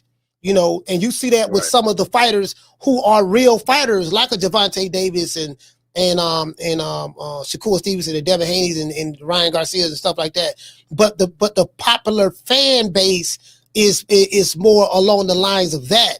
That's what's going on. Right. You get what I'm saying? Because that's why certain fighters get more league weight than others with certain fans. You know, if it's about getting the bag and putting butts in seats, and then Jake Paul is good for boxing in that case. Because Leonard Ellerbe, a boxing guy, said that it ain't about nothing else but what he said, putting butts in seats. And when you put butts in seats, you know, you get the bag. So that's what he said. So right, exactly. Yeah, like you said, it's more fighting on Twitter than in the ring. And like you said, that's what this new age boxing. That's this new age boxing shit is, Coach. It's more fighting on Twitter. He's fighting, you're fighting. So you know, good ass subject, Cole. Good ass subject, Coach. Absolutely, man. Hey, look here. Hey, hold on. Hey, shout out to my main man. Hold on, where you at, fam? I just saw what you tweeted or what you post. Hey, what you say? Hey, shout out to J Rock. He say J Paul is a promoter that participates in the promotion. That's it. Hey, you know what? Hey, yeah. He's a promoter. Listen, let me show you how good he is. I ain't gonna lie, this shit was funny. this shit was hilarious, boy. Jay Bussing, God damn, dog. This motherfucker, Jake the Snake is a genius, fam. This motherfucker right here, man. You know, don't hate the player, hate the game, fam. Like, I can't. Hold on, we got a cash out. Hey, man, shout out to Michael. Hey, okay. Dropping that quarter over. Bam, dub with your boy. Hey, Leroy. Super chat received. Playtime's over, boy. Hey, Mike say, hold on. Mike say Snow Bunny Love. Hold on. Oh, okay. Mike say Snow Bunny Love. Okay, cool. All right, yeah, all right. All right, yeah, salute to you, my brother. Hey, man, it is what it is. Hey, look out there. I forgot. He say Jake, he say Jake is a promoter. Okay, good. I'm glad you said that. Because I had forgot just that quick. Yeah, you know my AD don't kick in. Don't kick in. Nigga smoking this sticky, icky. Sticky, icky. You get what I'm saying? Hey, man, it is what it is, man. I'm sitting over here, man. Hold on. Hey, listen, bro. One thing about me, when I say some shit, I make it make sense now. I make it make sense because I come with receipts. Let's go. Let's see. This is the promoter part. Hey, Jay Rock. This it right here. Which one of these chumps do you want to save next? Let's see. I don't give a fuck tonight. Fuck you right now, mate. Only thing you should be fighting is your addiction. You training? Yeah. Buddy, help that guy.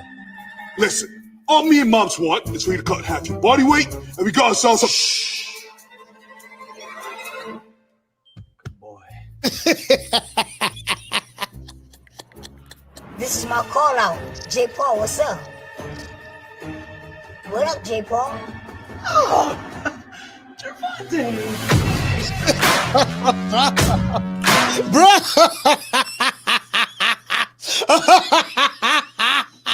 The man who came to boxing and he don't took American's biggest star and he's clowning him in his own sport. True.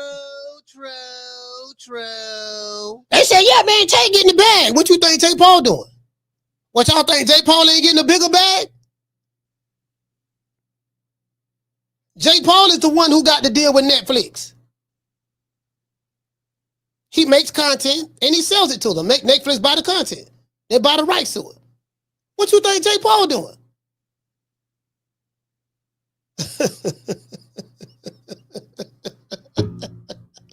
Hey, I ride with that K, Spitfire. You know what I mean? I'm like, hey, man, it is what it is, man. Don't hate the player, hate the game. Shout out to Tyrese. Hey, okay. Jumping out $2 super chat. He said Umar said 1,000 lashes for boots for going off cold. That's crazy. Yeah, the boots going off cold thing, that's I don't get the cold thing. Matter of fact, I dropped on that. The video. Down from the bar, there's a platform stage. People pimping, sharp as razor blades. Yeah, I dropped the video on that. I was listening to Bernie the Boxer last night, and I heard what he said, and I totally disagreed with him. Totally disagreed with him. As it relates to that, and I'm gonna tell you why. The reason why is this. As a matter of fact, I should pull up. Yeah, I got it right here. Let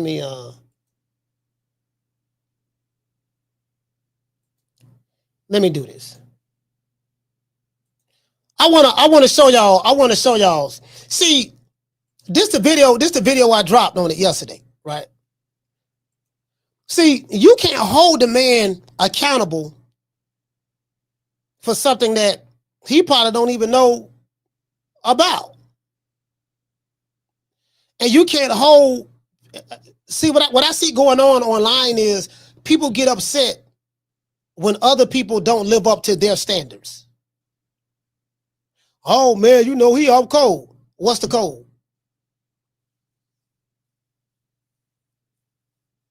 And every time I ask that question, they don't know the answer.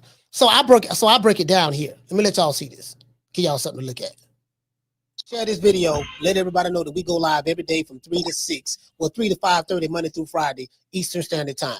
Now, a lot of people hit me up. I've been seeing what's going on as it relates to the Jerron Boost Ennis sparring with Canelo Alvarez, helping Canelo Alvarez get ready, get prepared for Terrence Crawford. He's fighting September the 13th. And a lot of people are mad. I'm looking at different videos, or actually, looking at several videos, several YouTube channels and stuff like that. Looking at what's going on Twitter, the app formerly, actually X, the application formerly known as Twitter. And I had people hit me up, emails, sending me text messages and stuff on my phone. Man, coach, what do you think about this and that?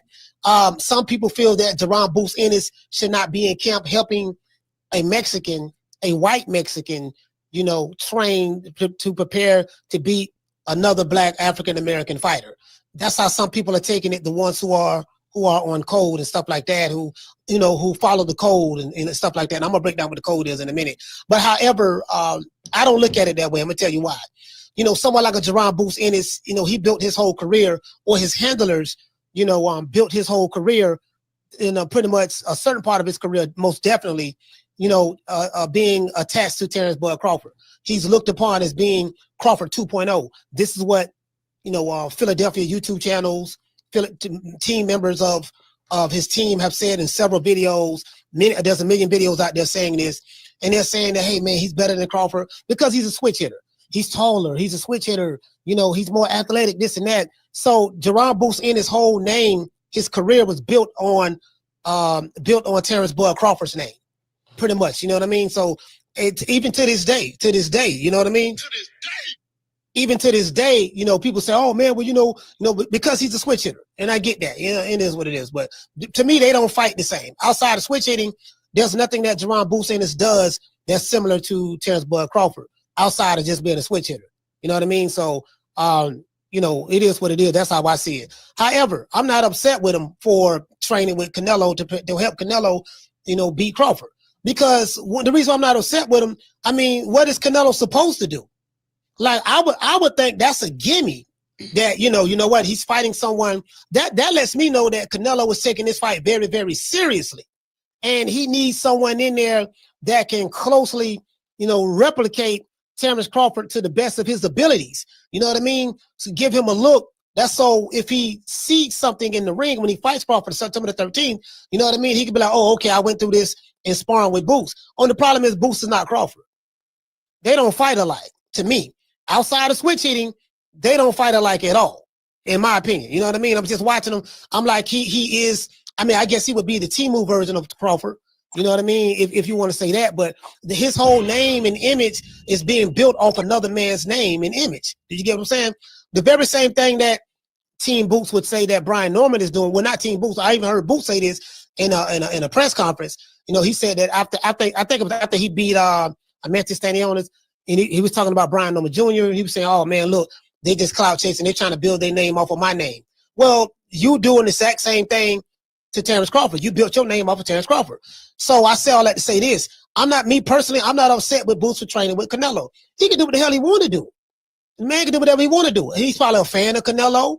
He got opportunity to meet him, train with him, and he's helping him, to get ready to beat Terrence Crawford. There's nothing, me personally, I don't see nothing wrong with it.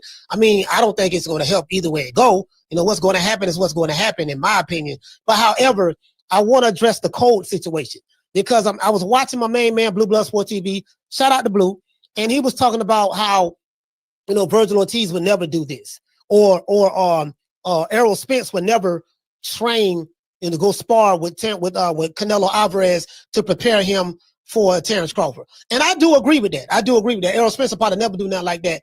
But you can't hold Boots to that standard. Boots doesn't come from that. He don't know who Neely Fuller Jr. is. He don't know what the code is. He don't understand that. You know what I mean? He don't know what being on code is. That dude is trying to make money to take care of himself and maybe his family or whatever the case may be, and that's it. He don't know what that shit is.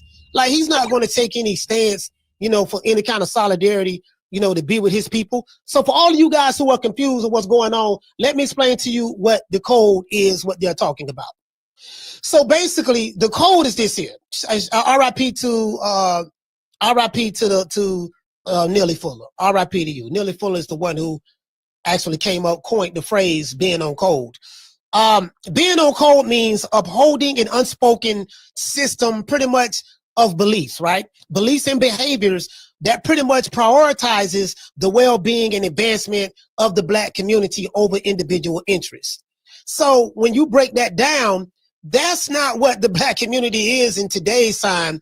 I mean, basically in the African American community. When I say Black community, I'm not talking about other groups. I'm talking about African Americans, in particular.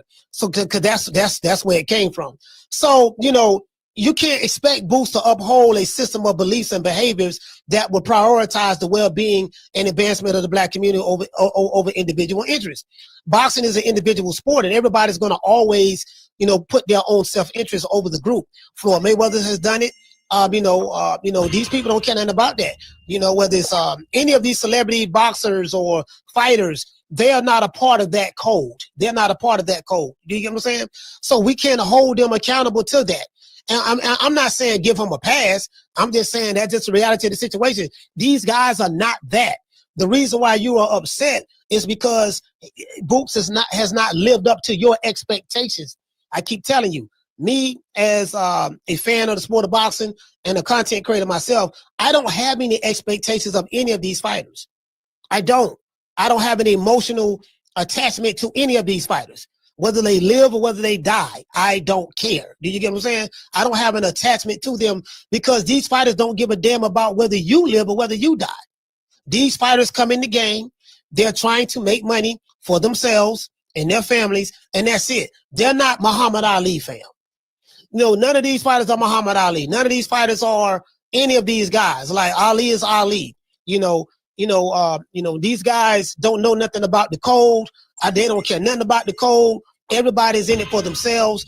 There is no code amongst the Black community, African American community anyways. I think everybody knows that because the African American community will tear down other Blacks in the name of helping other groups. Like perfect example, when Devin Haney lost to Ryan Garcia, and it was found out that Ryan Garcia got popped for ossuary. Look how many Black content creators, once that came out, once we found out that, hey, this guy was a drug cheat, this and that, they still say, no, man, we gonna ride with the Mexican American over our own brother. Because these guys are not on code. They don't understand the code. They don't care nothing about it. That code is dead in the African American community amongst a lot of circles. Did you get what I'm saying? So that's why I don't have any high expectations of the modern day Black American sports figure in today's time. I just don't have any, you know what I mean? I mean, some people will look at Boots, he's selling out. I don't see Boots as selling out. I mean, Boots, you cannot hold him to that thought process. He's not a Tariq Nasheed. He's not a Jason Black. He's not a Neely Fuller Jr. or R.I.P. to him. He's not a Francis Cress Welsing. He's not a Dr. Claude Anderson. He's just a nigga from Philadelphia that can box. That's it. And his name and reputation is built off of a Black man from Omaha, Nebraska, because he's a switch hitter, because he can fight southpaw or orthodox. That's it. Do you get what I'm saying? So you can't put that kind of pressure on a Jerron Boots Ennis. He's just another nigga that can box. He's helping a Mexican and a white Mexican and Canelo Alvarez get ready to prepare him to try to beat another African American fighter from Omaha, Nebraska. Nothing more, nothing less. He's probably a fan of the guy, and he's probably getting paid money more than like he's getting paid. It is what it is, and that's it. Nothing more, nothing less. Do you get what I'm saying? Now, I do see what a lot of people are talking about. Do you get what I'm saying? You understand what I'm saying? But it is what it is. As I said before, as it relates to the code, it is rooted in a history of both survival and resistance against systematic oppression. And it is used to foster unity, upliftment, and mutual support. So being on code is basically something that the African American community come together in order to, it's for survival and it's for resistance against systematic oppression. And it is used to foster up unity and upliftment and pretty much mutual support. Well, these fighters don't look at it being a systematic oppression. Especially if you're a Black fighter who making money and rich. I keep telling y'all, once you start making a certain amount of money, it's not about that anymore. It's about classism. It's about the haves and the have-nots. This nigga got money, you niggas don't have money. This is how they look at it. So they don't look at it as a systematic oppression. They look at it as, man, I got mine, you got to get yours. And I'm going to do whatever it takes to get mine, and you do whatever you got to do to get yours. It's like we can't hold them to that belief system when these guys are they're not a part of that. That's not their belief system. That's not their code of ethics. Do you get what I'm saying? Like, this is why you will have some people, they don't mind selling out their own kind because they don't have an attachment to their people like that, to the point to where, they don't see a problem with them selling out. Do you get what I'm saying? That just reality to the situation, because a sellout is someone who only cares about himself. He's only going to look out for his individual self, right? And he's willing to sacrifice the group in order for a personal gain. Did you get what I'm saying? So when people saying they disappointed in Boots, he's not on code. I get what you're saying, and I'm not saying that you brothers and sisters who feel that way, you're wrong for feeling that way. I'm not saying you're wrong for feeling that way. What I'm saying is I'm trying to get you to see it from someone from Boots' standpoint. That man don't know nothing about no damn code. What do you know about the code? His daddy probably ain't teach him that shit.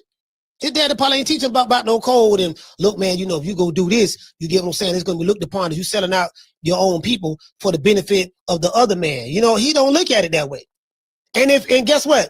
And if he does know about the code and he still made a decision to go train and spar with Canelo to help Canelo beat another African-American brother, then that just lets you know that he don't give a fuck about it anyways.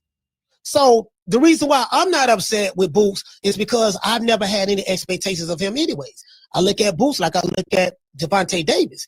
I don't have any expectations of these guys. I don't have any emotional attachment of these guys. I don't look at these guys the way you look at them.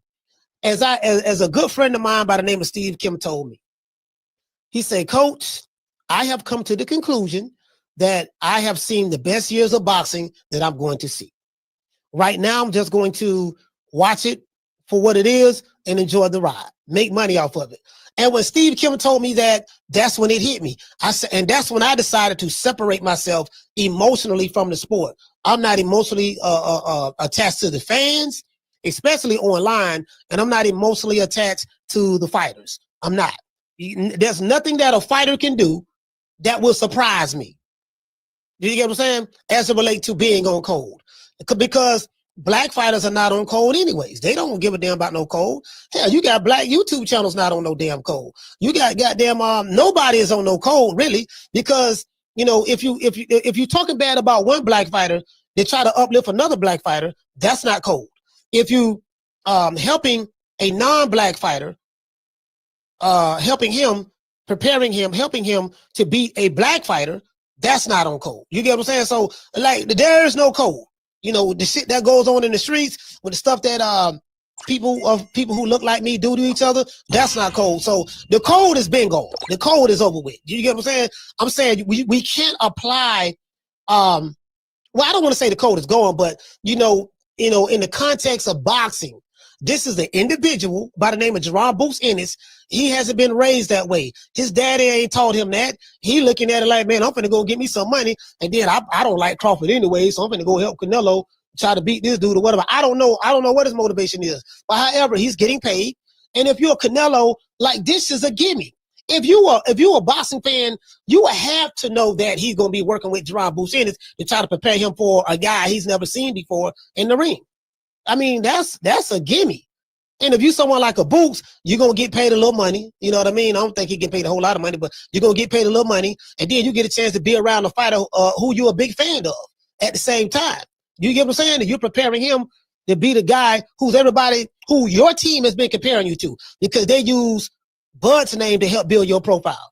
They never say Boots' name without saying Bud's name, because it's like, man, we trying to, he's the next version of him. And me personally, I don't see it. I see more manufactured than anything. I do see that. But however, that's my take on it. People have been hitting me up, asking me about it. I really don't see a problem with it. The code is a group first mentality. The code is a group first mentality, right? You think about the group before you think about the individual. That's not the era that we're in right now. So I just want everybody just to chill, back up off of Boots. You know, don't be on the man bumper. Again, I don't have a relationship with him or anybody on his team, nor do I care to myself. It's just another fight. Crawford fighting Canelo, it's just another fight. That's all it is to me.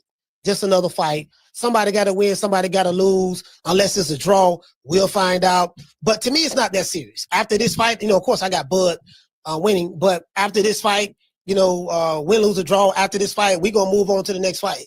That's how I see it.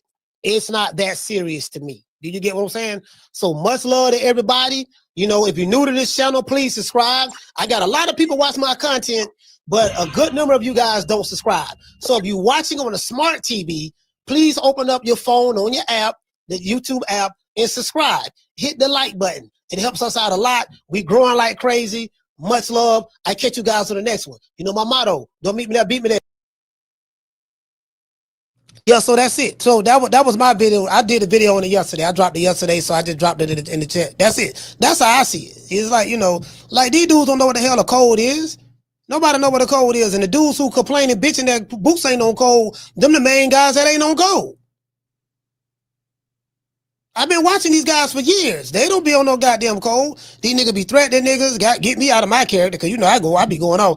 They be talking about they gonna do A, B, C, and D. They be calling the black fighters top ranked Toby, because they don't want to give them no interviews, and you know they tear down other black fighters, and then talking about we gotta come together against the racist Mexicans, we gotta come together against the racist whites, and this and that, and then but then goddamn it, fuck that nigga over there. We don't care about this nigga over here, and this and that. You better not come to the fight and drop the ad, and I got shooters and this and that. So it's like, dude. Like, when have you guys ever been on a code? The only code a lot of these guys participate in is meat riding, threatening each other, and then these fighters ain't like, dude, I don't see these fighters like that. I just don't. Like, I don't see these fighters like that. I ain't got no emotional attachment to these niggas. You get what I'm saying? So I don't, you know, it is what it is. It is what it is. So yeah, so the code shit. So to answer yourself, Tyree, you say Umar said 1,000 lashes for Boots going off code. Yeah, the code shit don't apply.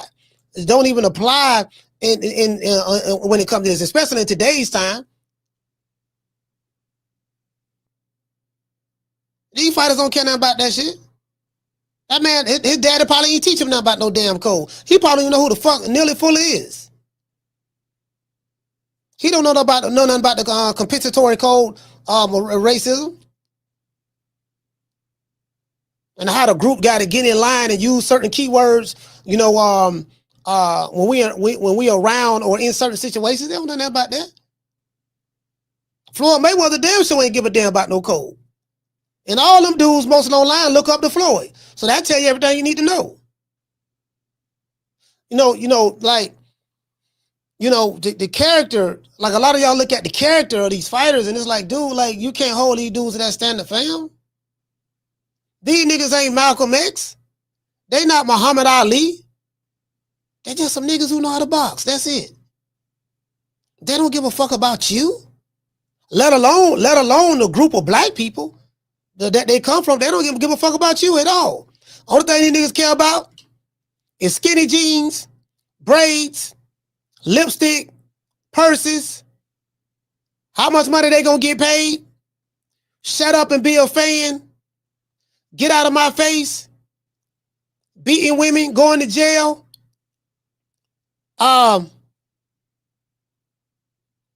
ducking smoke, and some other stuff that I'm probably forgetting. That's about it. You know, these dudes are not that, fam. I'm not disappointed because I never had any expectations.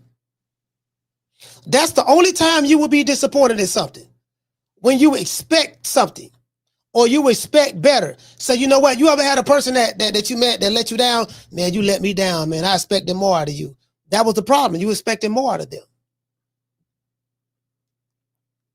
You let yourself down because you was the one that expected more of an individual who did not deserve your expectations in the first place. That means you held them in a better light. Why? Did you get what I'm saying? You can't hold these dudes in the light when they don't have no character, no morals, or no principles. Or even if they're not educated, they don't know. Did you get what I'm saying? So that means so that's why I'm at with it. That just how I see it. You know what I mean? I don't give a fuck either way. I mean, I just sit back. I call a spade a spade. I call a spade, man. Phone lines open, man. Phone lines back open, man. 530-494-9636. You want to talk some shit? Call me. Start some shit, bitch. Sup, fool? You gonna talk shit about me, homie? Where you from? Hundreds of niggas is waiting for your motherfucking call, and they all talking shit about you right now. Call the coach at 530-494-9636. We waiting on your bitch ass. Now, if Tariq Nasheed was to do something like this, or Jason Black was to do something like this, or Dr. Claude Anderson was to do something that could be deemed as questionable, then you can sit back and say, man, look, man, you're on code, because they practice the code. They preach the code. They talk about group development, group economic development, and how we need to come together and benefit and put the work in as a group, instead of looking at the individual, instead of looking at individuality. Did you get what I'm saying? If it was people like that, yeah. But a boxer or an athlete, man, these athletes ain't Jim Brown. These athletes ain't Muhammad Ali. These athletes not Lou Alcindor, better known as Kareem Abdul-Jabbar. These niggas today ain't those guys. If you're looking for integrity and all that died in the 60s. Integrity died in the 60s. That's over with in 2025. That's why I don't compare those dudes to that. Shout out to Miss Black Panther. What's going on, Miss Black Panther? You get what I'm saying? So, hey, shout out to KTX Solo Champion. Salute to you, fam. You get what I'm saying? Yeah, I mean, I think that's what it is. Like, I think that's what it is. You know what I mean? So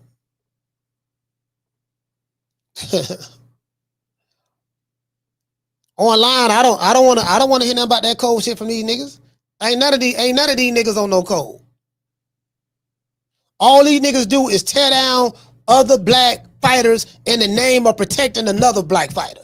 That's all these dudes do. These dudes don't give a fuck about no code. And I don't give a fuck about these niggas. Myself, y'all know me. I tell y'all time and time again. I say I love black people, but I hate niggas. Literally. I mean that wholeheartedly. I don't give a fuck about being down with them, being friends with them, none of that. Care nothing about them, whether they live or die. I don't. In today's time, my code is self-preservation. I'm looking out for me and my family. That's it. Because I know most people I meet, they don't think like me. So the only people I'm gonna be around like-minded individuals who think like me. And that's very few. It ain't but a handful. I don't have the concept that Chuck D said something a long time ago. Chuck D said something that every brother ain't a brother. See, I live by that. I'm not the dude that go by because you look like me, you my brother. Nah. I know way better than that. I know the dude that look like me gonna be the first one to try to take my block off. So it ain't even about that. It's about what type of mentality that you have. If you can find like-minded individuals who share the same mentality as you and share the same paradigm as you, that's who I'm gonna be more on code with. More so than a motherfucker who look like me, but he's my open enemy. The motherfucker who look like you, remember, it was a motherfucker who looked like Malcolm X who killed him. It was motherfuckers who looked like Martin Luther King who set him up to go on that balcony to get shot. I can give you plenty of examples.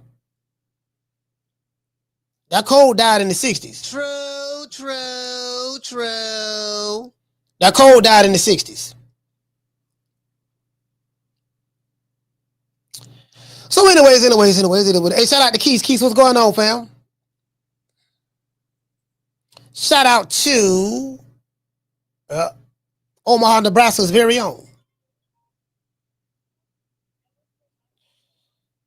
Omaha, Nebraska. Malik El Shabazz. Call him, what's your name? Where you calling from? Hey, what up, Coach? It's Coach Eddie from ATL. Coach Eddie, talk to me. What's going on, brother? As far as your thumbnail, I think Jake Paul is good for boxing. So going to put a lot of eyes on the sport. Going to generate a lot of money for the guys that he participated against. It's also going to make real boxing fans appreciate a bit boxing, man.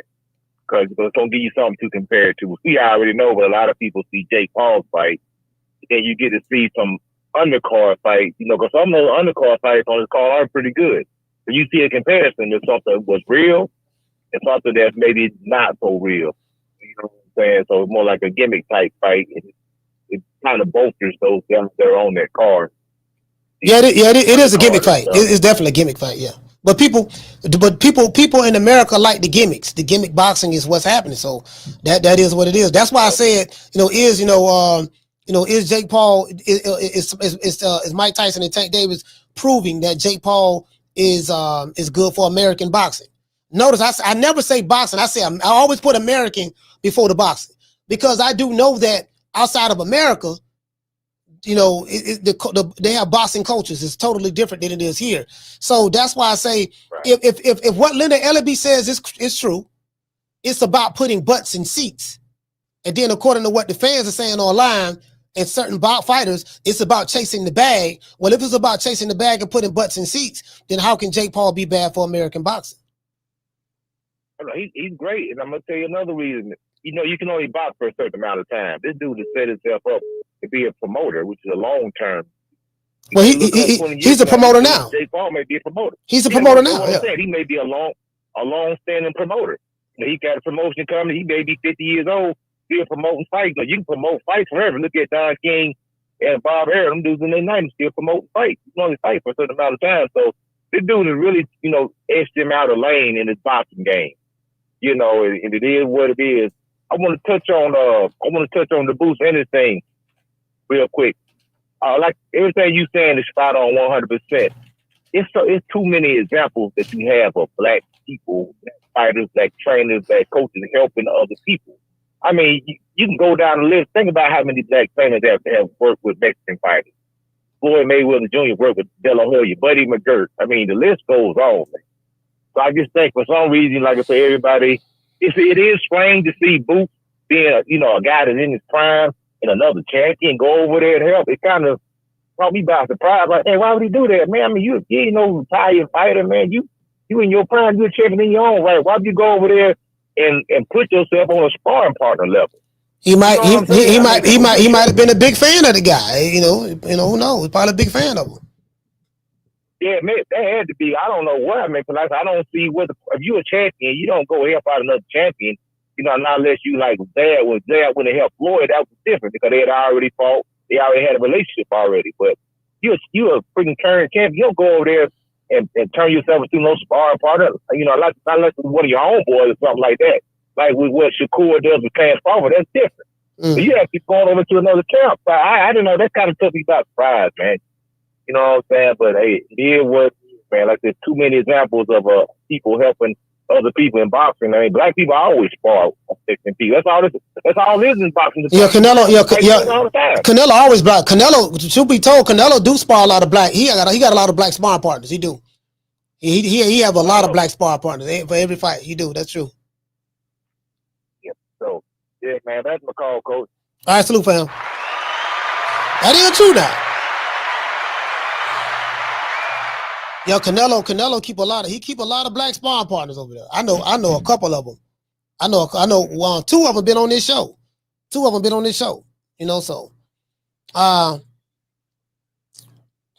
hey, shout out to G5. G5, what's going on, fam? G5 from the Bronx. You get what I'm saying? So, I mean, it is what it is. Yeah, man, like this shit, man. You know, for me, I mean, hey, for me, you know, what I point out, I just point out the level of hypocrisy because, you know, the code is subjective. And when I read the definition of what the code is, shout out to Nearly Fuller Jr., and you look at the dudes who talk about being on code, those are the guys who are least on code. I'm saying online, I'm talking about in boxing online circles. You get what I'm saying? Those are the guys that are least on code. Those guys right there. The ones in boxing that talk about the code all the time, look at their conduct over the years and tell me, do they conduct line up with the code? True. Shout out to Big Stalks. That's what I would. You get what I'm saying? See, that's what I look at. I'm like, but nigga, what was the code when y'all threatened this nigga saying you wanna do A, B, C, and D to him? What was the code over here when you was calling this fighter talking about the fighter wife and his girlfriend and his kids and his mama? He didn't look just like you. What was the code when you were talking about, yeah, when I see you, nigga, I'm gonna slap you and do this and do that? What was the code? Like these guys who on here talking about the code, they the opposite of it. So how you gonna get mad at Boots for not being on code when everything about you is not being on code? True. Shout out to Philly Fanatic. What's going on, fam? Shout out to Philly Fanatic. You get what I'm saying? Shout out to the aircraft carrier. See, y'all know me. I always take an objective approach to things. I don't just go along with the crowd. I always take an objective approach because I look at both sides of the equation, and I look at both sides of the coin. You get what I'm saying? I'm finna give y'all some real good game. If you don't expect nothing from somebody, they can never let you down. True. That sounds so profound. Let me write that down. I didn't even know why I was going to say that until just now.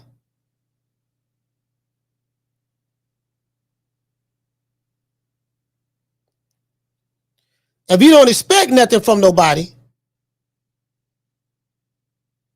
they can never let you down.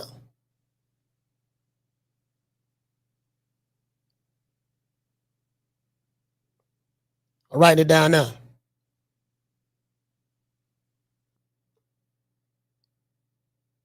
They can never let you down. That's real shit. Man, I expected more from him than that fighter. Why would you expect more from him? You don't even know him. You don't know what his values are. You don't know what his core beliefs is. You don't know any of that. You disappointed because you had expectations. Ain't a fighter in boxing that I got an expectation of. Nothing.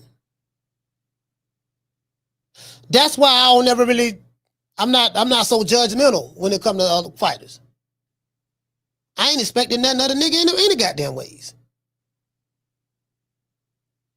And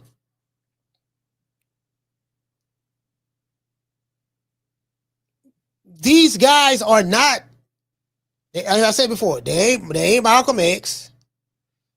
They ain't Muhammad Ali. They not Jim Brown. They not Kareem Abdul-Jabbar. They not what's my main man name? Damn, I forgot my main man name. Bill Cosby. Bill Cosby be on cold like a motherfucker, believe it or not. A lot of these guys who came up in the 50s, 60s, and 70s and all that stuff there, this is a different era. These guys don't even know nothing about social issues. They don't know nothing about they don't. They just get in the ring and box, nigga. That's it. Shut up and dribble, nigga. Run down the field and catch the ball, nigga. Y'all have too much expectations of athletes. I don't expect nothing from an athlete. The only thing should be expected of Boots is to put on a pair of gloves, get in the ring, and box. That's it. If I'm gonna be a fan of Boots, I'm not gonna be a fan of him because I like him from an intellectual standpoint. There's nothing to like. I'm not going to, it's gonna be strictly boxing. Who he fighting, when he fighting him, if he fight him. That's it. You get what I'm saying? And I feel that way about all of the fighters. I don't put unnecessary pressure on a fighter. Like they're like, you know what I mean? Like these dudes ain't that, bro. Call it what's your name? You call it from? This is Just a Guy, Omaha, Nebraska. Just a Guy, talk to me. I'm really excited for boxing right now. I think it's a very exciting time because we got Canelo versus Crawford and just announced Jake Paul versus Tank. And I look forward to watching the boxing matches. I'm just a casual boxing fan. And I watch WWE every week. And every week on WWE, they show the commercial for Crawford versus Canelo or Canelo versus Crawford. I'm surprised they haven't got them to make an appearance on WWE programming or UFC programming. I watch all the UFC fights and they show the commercial for Canelo versus Crawford. Yep. So they're definitely promoting it more than you ever saw them promote Spence versus Crawford. But with that being said, it seems like Spence versus Crawford didn't have so much of a marketing budget or advertising budget, but that's a fight that fans were looking forward to for multiple years. So it grew organically. And just to jump over to Jake Paul and Tank, I've been telling people for years that Jake Paul is going to be like the next face of boxing. And I get resistance because they say, oh, the face of boxing is the #1 champion and all this and that. But yeah, as you call Booger Ray, talking about putting butts in seats. Putting butts in seats, yeah. Jake Paul puts the butts in seats. I'll stop talking right there if you want to ask me any question back. But if not, I can keep going. You got a question you want to ask? No, I don't have a question at all. Oh, cool. Well, I just wanted to definitely say I appreciate your content. You got nice cameras, nice logos. You're very entertaining. It's very comical. It's very fact based and not. I can't see you being a fan of one side or the other. You just keep it. I don't know if I should say clear and balanced or fair and balanced, but you definitely put out one of the best products on YouTube. So I can go ahead and let somebody else call in. But yeah, I appreciate you. Keep up the good work. 402 Stand Up, Omaha, Nebraska. We're going to be out there. The children of the corn are coming.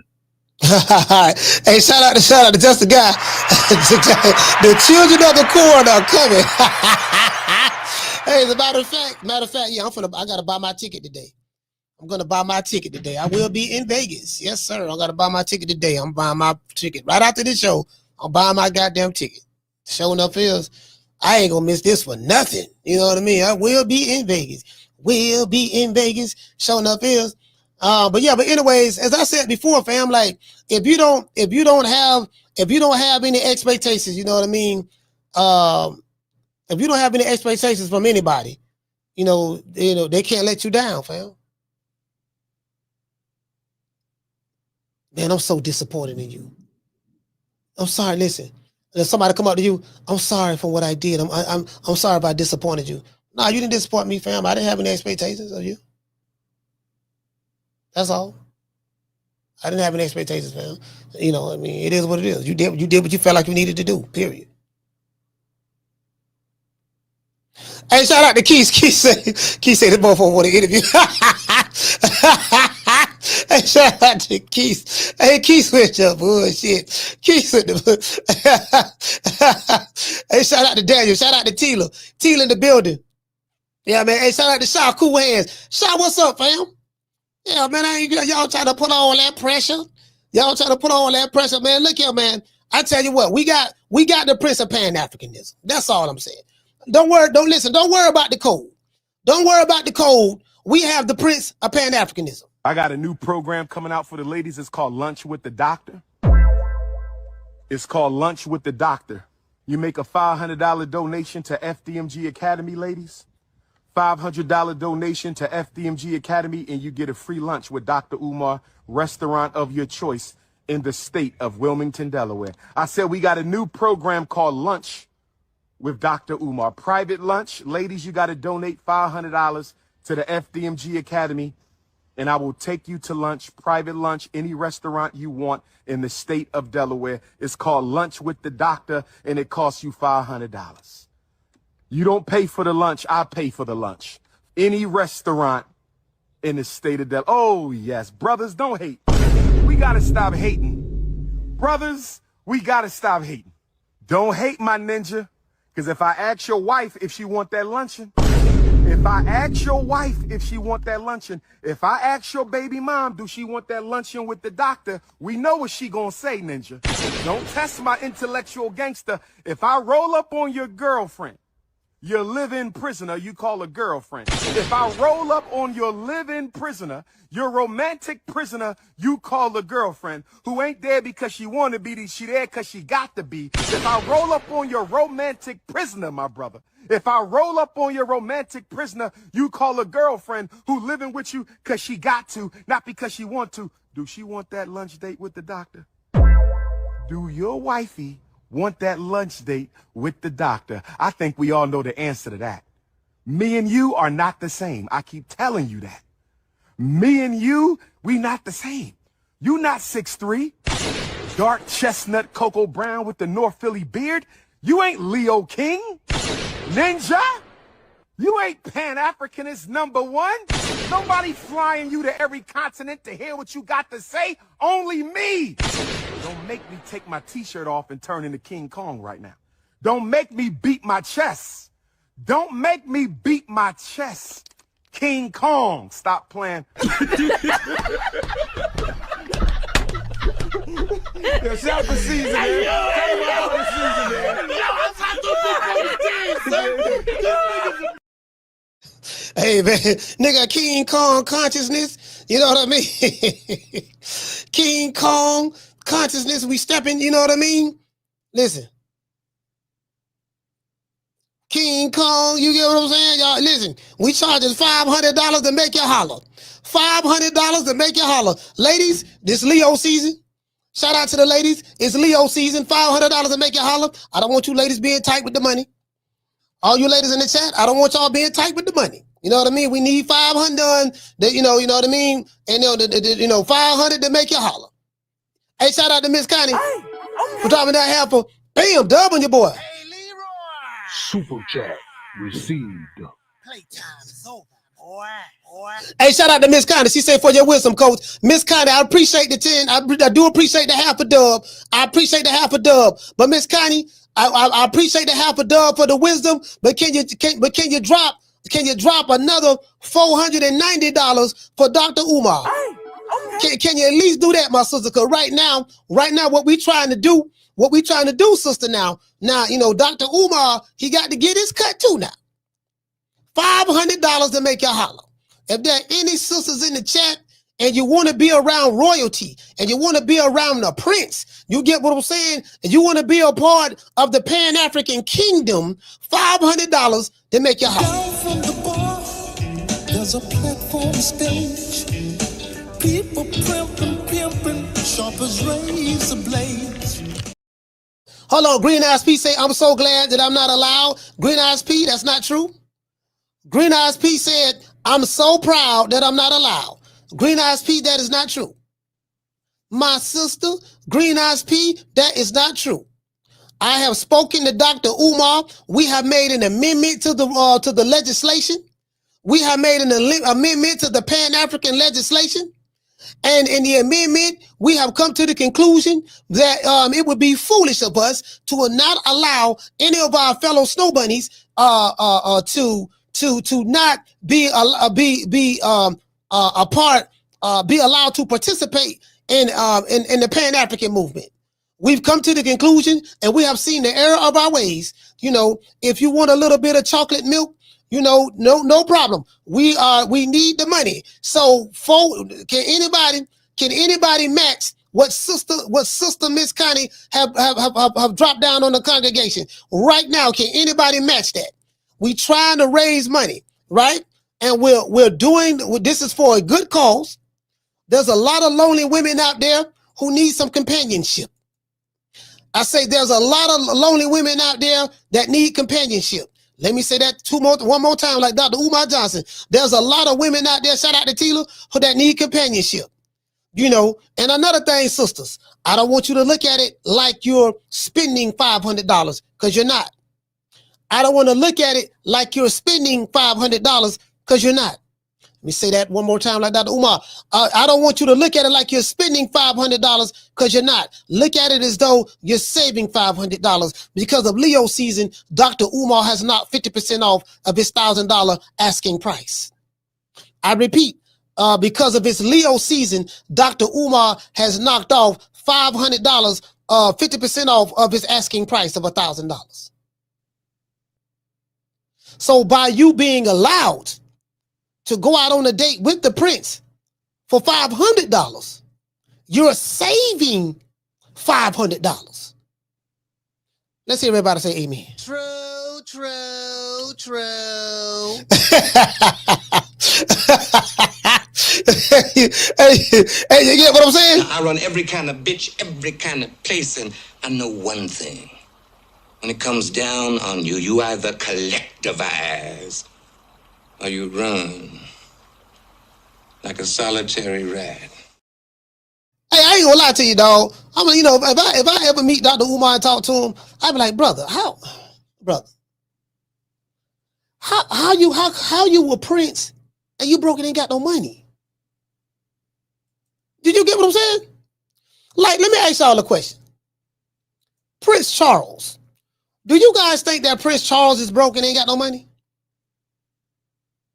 Do anybody in the chat believe that Prince Charles is broke and ain't got no money?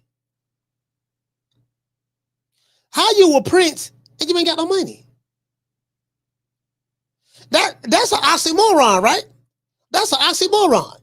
You can't be no prince and ain't got no money. I mean, that's the opposite of being a prince, literally. True, true, true.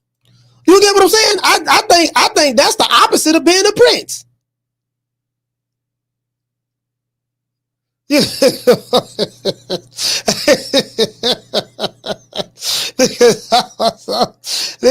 Dr. Mario say assets frozen. What assets?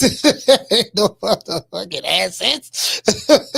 The man ain't never. Hey, Dr. Mario. First of all, you have to have some assets in order for them to freeze them.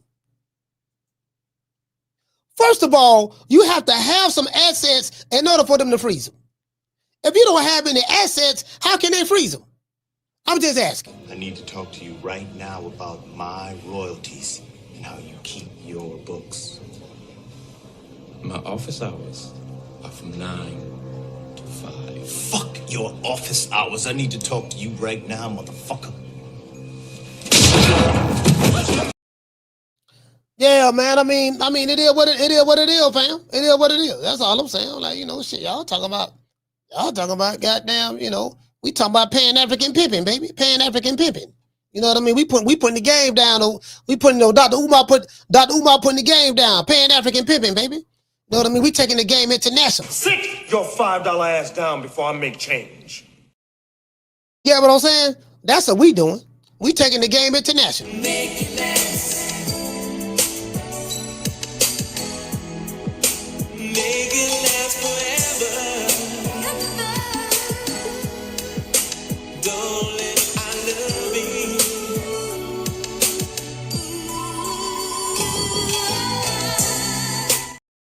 Hey, as I said before, you know, I think Mike Tyson and Tank Davis are proving that Jake Paul is good for boxing, because according to Booger Ray Leonard and Floyd Mayweather, you know, it's about putting butts in seats and getting to the bag.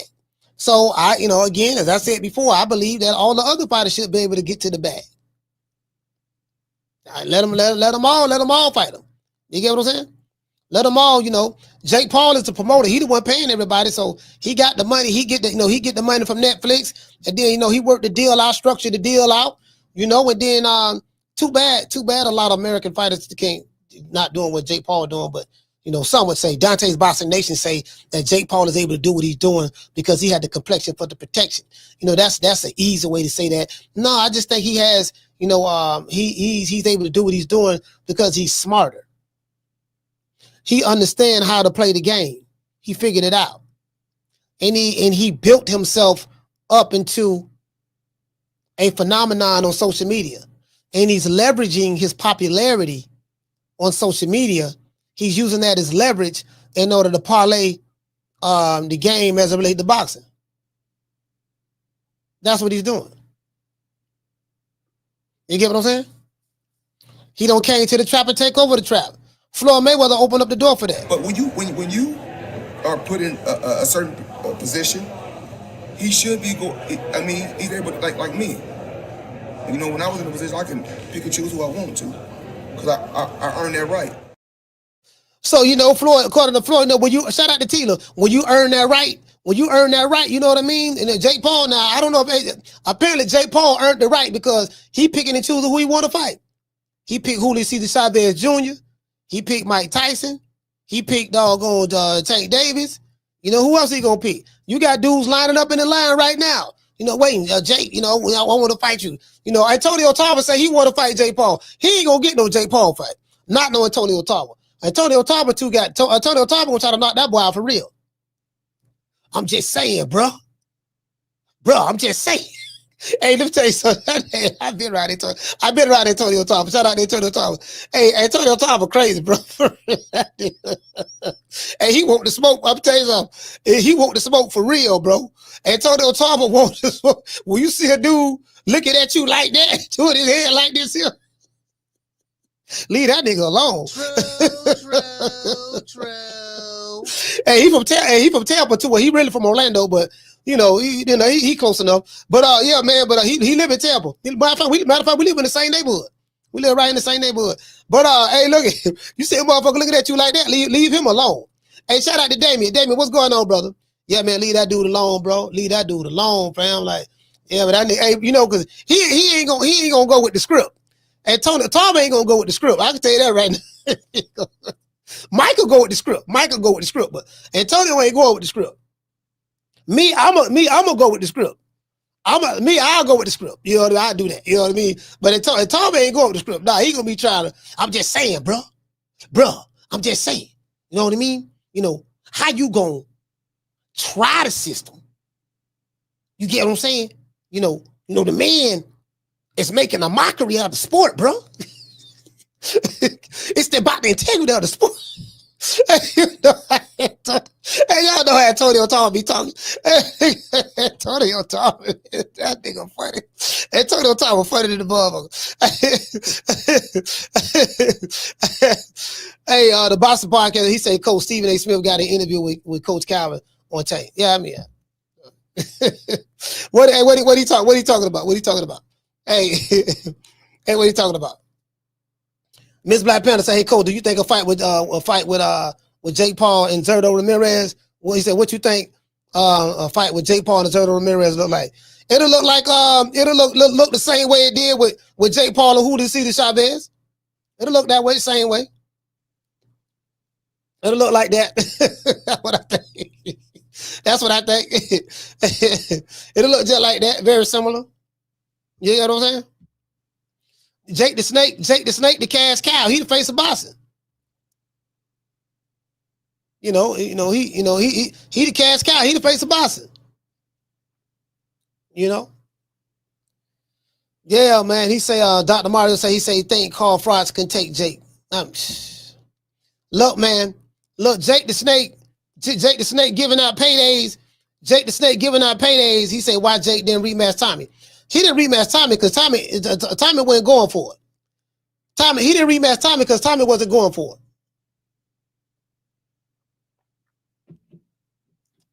Tommy, a lot of people look at Jake Paul fights as being gimmicks and spectacles, but Tommy wasn't going to go along with you got Big John Fury behind him. You got Tyson Fury, John Fury there. I'm telling you, my boy, you're not going to beat my boy. You know, I'm telling you, ahoy there, you're not going to beat my boy. He's a Fury. He's a Fury. You're not going to beat him. I'm telling you, that's not no bum American bum over there. Jake Paul, you're not going to beat my boy. Tommy, if you lose to him, you can't come back home. True. Yeah. True. See that was too much. That was too much at stake on that. That was too much at stake on that. You get what I'm saying? That was too much at stake. That was the Fury name was on the line. He wasn't Big John wasn't gonna let that happen. Big John wasn't gonna let that happen there. Big John wasn't gonna let that happen. John Fury wasn't gonna let that happen. He probably told, look at, you better not lose. You better not lose to the Yankee boy, Jake Paul. You better not lose to him. I'm telling you right now. Tyson, come here, Tyson. Let's talk to him. I want you to listen to me, and I want you to listen to me good. You hear? You better not lose to him. We use a Fury. Use a Fury. You come from a fighting family. I'm a fighting man. I used to fight bare knuckle boxing. Back when I was a lad, and I passed that genes down to Tyson Fury. Look at Tyson now. Look at him.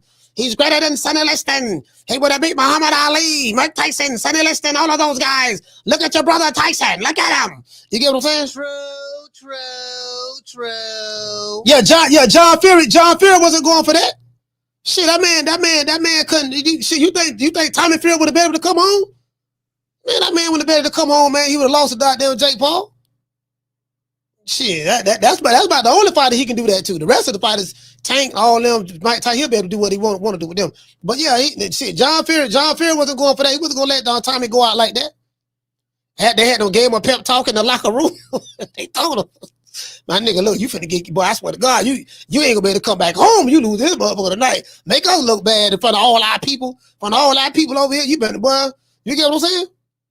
Shit, Tommy Fury, I do think Tommy Fury could have knocked him out. I think Tommy could have knocked him out, but once Tommy dropped him and knocked him down, and he pretty much controlled the fight from beginning to end, Tommy could have pressed him out and got him out of there. Tommy ain't do that though. Tommy was like, okay, you know what? I don't want to mess the bag up all the way, so I just want to let him know, look here, baby boy, this ain't, all that shit you were talking, popping that, we talking, all that flim-flam we were talking, that shit ain't going down like that. You get what I'm saying? That's probably what he did. More than likely. He just dropped him, let him know, look, there's levels to this, there's levels. You get what I'm saying? That's probably what it was. I would have loved to be a fly. I would have loved to be a fly on the room, fly on the wall. I would have loved to be a fly on the wall. In that locker room. I'd have loved to have been a fly on the wall in that locker room. Facts. Hey, what is it? He say Paul versus Dr. Umar. Hey, you know what? Hey, shout out to Benny Bronca. Hey, Benny Bronca. All jokes aside, that'd be a good fight right there. Hey, Benny, hold on. Let me take that back. Jake Paul and Dr. Umar Johnson. It won't be a great fight, but it'll be one of the best press conferences. It'll be one of the best press conferences of all time. You got King Kong Consciousness, Mr. Snow Bunnies, Black Queens Forever, Snow Bunnies Never, Mr. Do you know that you are a Neanderthal? You are a Neanderthal. You know what I mean? And the black man in Shango shape, bro. Like the press conference. Just imagine the press conference for Dr. Umar and Jake Paul. This is where we at in American boxing right now. We gotta imagine spectacles like this. Just imagine Jake Paul coming to the press conference with a dashiki and a kufi on his head. True.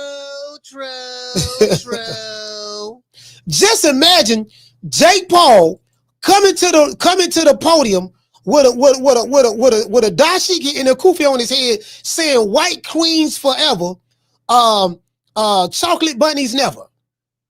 White Queens Forever, chocolate bunnies never, and have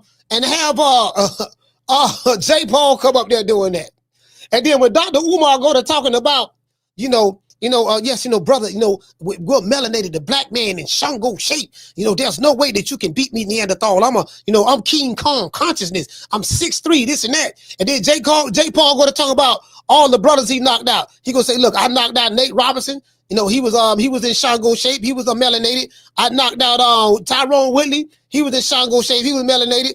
I put hands and foots on Mike Tyson. I sent them back to the old folks home. You know, I'm beating up a 5'5".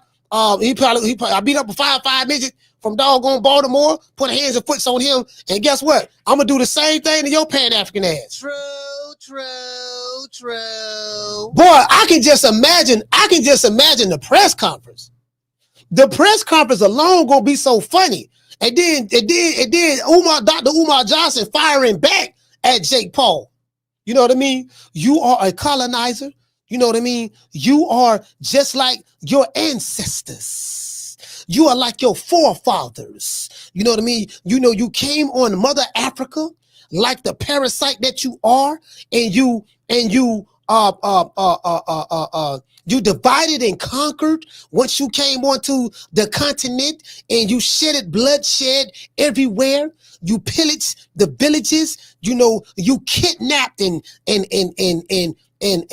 you know, and it's something I can't say, but you know, cause YouTube. But you get what I'm saying? Like Dr. Umar saying all that, and then Umar got his kufi and dashiki on, and then the J. Paul got his kufi and dashiki on. Bruh, just listen. If I'm J. Paul, nigga, I'll come out there.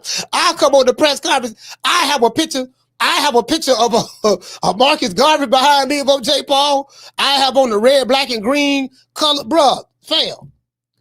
That right there, the press conference, it will sell itself. The Dr. Umar and J. Paul on the stage together, that'll sell itself. Now the fight gonna be trash, but the people gonna show up for that. But tell you why.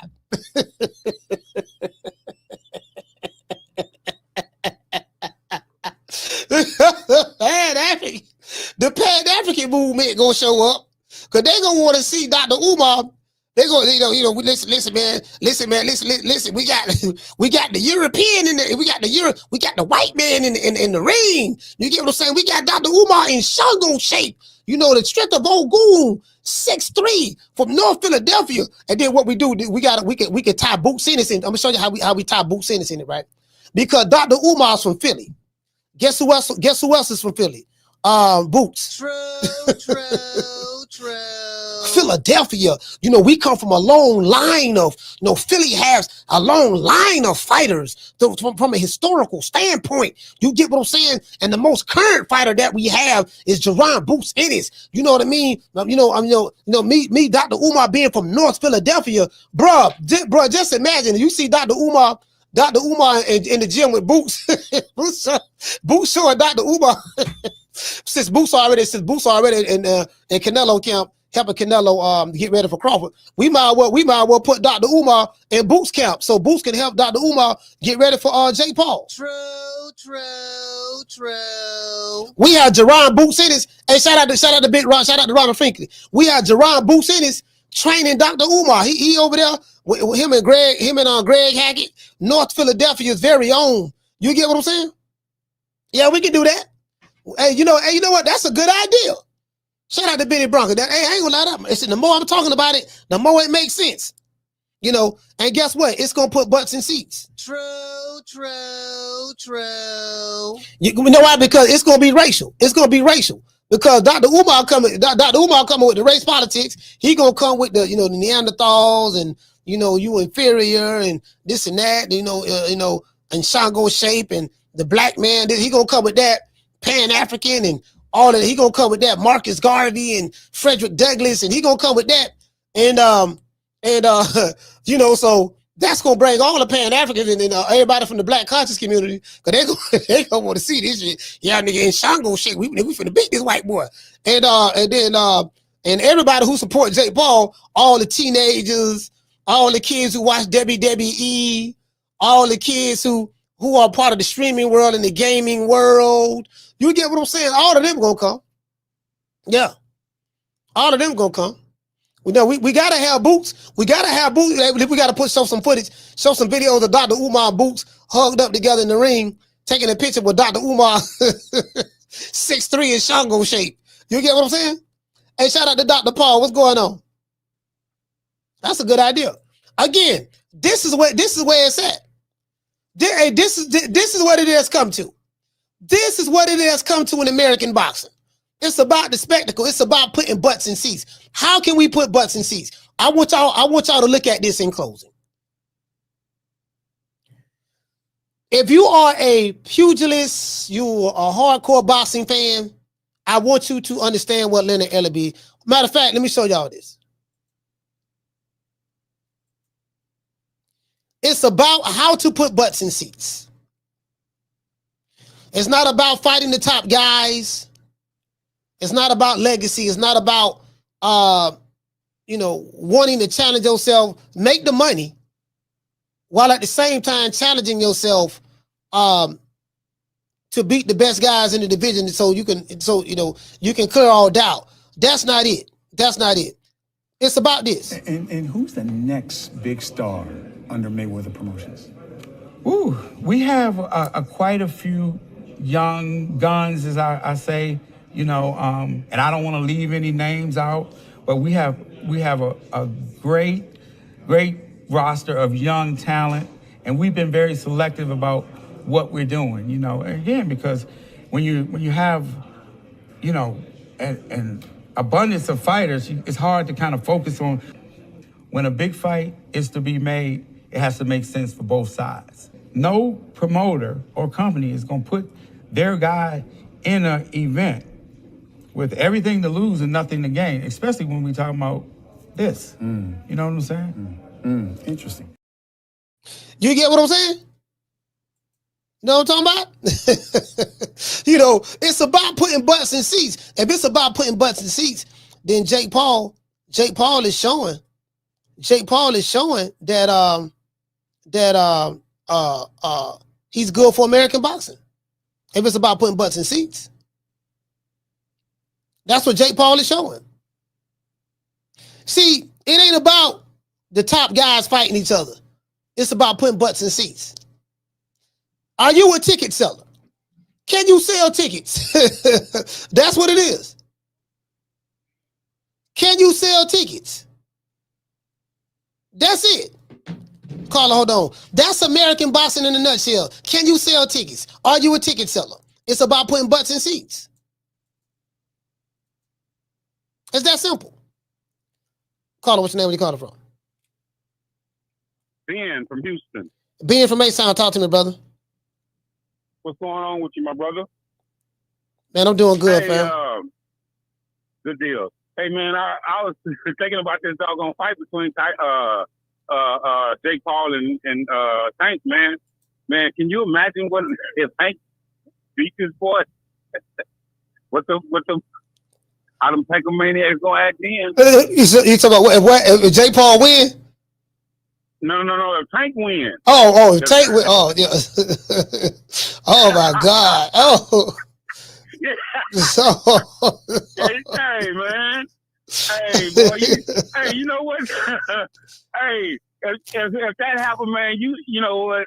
These guys already make your job easy, man. Especially, man, I can do your job because hell, you can go to the men's room, bro, and pay your water bill and come back and have enough content for like 6 months. Hey, hey, the jokes write themselves.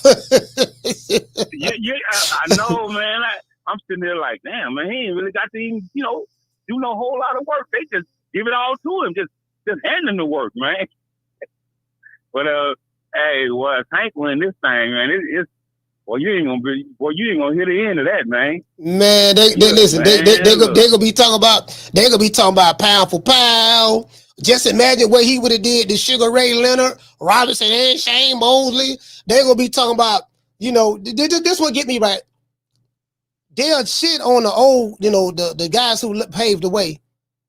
All them old cats, don't matter, they'll shit on that. But then they'll compare their fighter to them guys at the same time.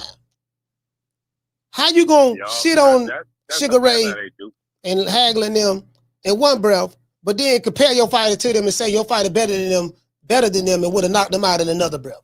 Where they do that at? Yeah, I don't know. And another thing, real quick, Coach, man, I think kind of silently, man, that Mayweather kind of wished Floyd kind of wished that Bud lose this fight. And the reason why I say that, because Mayweather's biggest thing is his I'm the best ever. Not in my opinion. I mean, he's the best of his era, without a doubt, but he's not the best ever in my opinion, Shoot, Chavez had 80 wins before he lost the fight. He just never stopped. But I say that because, he really, because a lot of people will say that Bud is actually better than him if he beat Canelo, right? I mean, which is a good argument. And so I don't know, man. I just something tell me he might not come out and say it, but secretly. Sorry about that. Go ahead, brother. Sorry about that. Huh? Now go ahead. Sorry okay, about that. No, it's all good. No, I was just saying that he just he ain't gonna come out and say it, but that's. But what are you basing that on though? Like, what is that coming from? Nothing. Just my thought. Just a thought. So you at home, you know what, dog? I got a feeling, dog, that Floyd really don't want Bud to win this fight. And I'm like, where's it coming from? Yeah, Where he come from? Nowhere. I was just at the crib just thinking, dog. Yeah, man. No, you see, that's what happened. When you left alone. But my thought, man. See, that's what happens. So when you be left alone to your thoughts, that's what be coming to your head, bro. Yeah, man. Hey, we shout out to Ben, A-Sound. Sometimes you got to do that. A-Sound, stand up. You know what I'm saying? Hey, you know what? That sound about right. That sound about right. That's what they be doing on YouTube. That's exactly what they be doing on YouTube. Man, just imagine what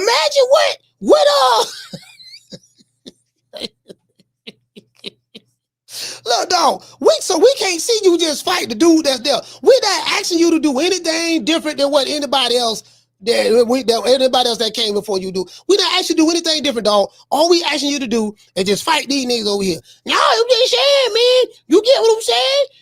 Just imagine what he would have did if he would have fought. And I'm like, man, I can't do these imagination matches, bro. Dude, Lou, I ain't got time for that right now. Can he just fight this nigga right here? We just want to fight this one. Okay, fuck it. Just fight this one dude. Man, he don't bring that to the table. Hey, Carl, hold on. These niggas going to talk about tables, butts and seats, how many Instagram followers he have. He ain't got no TikTok. He ain't got no viral TikTok videos. My fighter got more money than your fighter. They use non-boxing argument talking points to make a boxing argument. Fam, we ain't asking about none of that. We just want this nigga just to fight this one dude. Okay, I get it. He get in the back. Can he just fight this one dude? Man, I'm just saying, dog. Like, why? Okay, why he gotta tell him to go do such and such? Why don't you go like these niggas?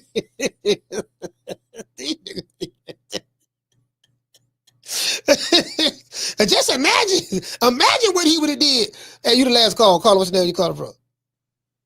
What's up, Coach? It's Derek from Florida. Derek, talk to me. Hey, Coach, I got a question. I'm trying to figure out how this fight will play out, because Tank is like 5'5", Jake Paul by like down 6'1", 200 pounds. Yeah. It's going to look kind of weird in the ring. It's like he's going to be fighting like a little midget. I'm trying to figure out if Tank going to come to fight, or he going to probably just dance around for the check. Like, I'm just trying to figure that out. I'm trying to figure out how that shit going to play out. Tank going to just dance around and just get the check, or he going to try to really knock out. They say he knocked out heavyweights. I really want to see this shit. That's what they say. They say he knocked out heavyweights. So I'm just trying to figure that out, Coach. How do you think that's going to play? Ellie said that. Ellie sucker nigga nutsack said that. I was there, reporting. Yeah, I was there. Tank knocked out heavyweights. Tank, you know what? I love you so much, Tank. I don't care what they say, Tank. You just, hey, nobody else said this, but he knocking out heavyweight, dog. Yeah, you know what I mean? He knocking out heavyweights. But yeah, when it come to fighting smoke, he want to fight dudes at a catch weight. That don't make no sense. That don't tell me that he's knocking out heavyweights. Yeah. Coach, you call him out on the spot, but all that shit knocking out heavyweight. Yeah. Little, what's his name? Little Pitbull fight at 140. He can't even move up 5 pounds. At least fight at 140. 140, I give you the benefit out. Yeah. He got a little Cruz fighting at 140. That shit don't make no sense, dog. But yeah, all right, Coach. Hey, yeah, motherfucker, all about, yeah. Hey, listen, Hey, listen, Ellie, hold on. Y'all, listen, do y'all want to see some meat gobbling? Oh, hold on, bro. I gotta show y'all that this shit right here is hilarious, bro. Like, this dude ain't got no shame. I ain't never seen nobody just with no shame when it come to eating the meat, bro. You get what I'm saying? And this motherfucker right here just say he ain't got. Hold on, damn. I said that was the last call. I'm trying to end the show. Caller, what's your name? You the last call. Jamie from New York. Jamie, talk to me. Yes, sir. Man, I can't believe Jake Paul took over boxing, stuff like that. You know, he became the cash cow in America overnight. You know, I think he's only been boxing for like 4 years or something. You know, he's one of the highest paid athletes in the world, a YouTuber. You know, this is how big of a draw this guy is, Coach. Our favorite fighter will drop whatever he's doing to land a Jake Paul fight. You know, I'm sure a bunch of professional fighters today are waiting by the phone just in case it rains. They will take the fight in 3 seconds. You know, just to get to the bag. You know, so Jake Paul being near the top. You know, I can only blame the American promoters and the fighters. You know, they were giving a shit fight, over marinating fights. You know, they let this kid sneak in through the back door, and this is where we at today. You know, so it is what it is, man. In Boots' case, you know, breaking the code for me, you know, him starting Canelo don't mean shit. You know, that doesn't mean Canelo beats Bud. You know, it's just a job. You know, I'm sure Canelo is paying him a nice amount. And Boots, you know, the truth is he can learn a thing or two from the guy, you know. I'm sure that's why he's there, you know. He could be a fan of Canelo, but he is working. So it is what it is. Again, I see nothing wrong with it. But, you know, I never seen, it's not like Bud and him are cool, you know. Like, you know, so it is what it is, man. It's just a job, man. And again, bro, in September, that big fight, the better man is going to win, bro, when the bell rings, bro. All this shit don't mean nothing. Don't mean anything. That's my call, Coach. All right, Snoop, man. Hey, look here, man. I'm trying to find this shit. I'm trying to find this shit. This man was meat right, bro. This man eat the meat every day. Like he should be throwing up right by now. This man, hold on, what Mr. Tomato Can at? This man sent me something, bro.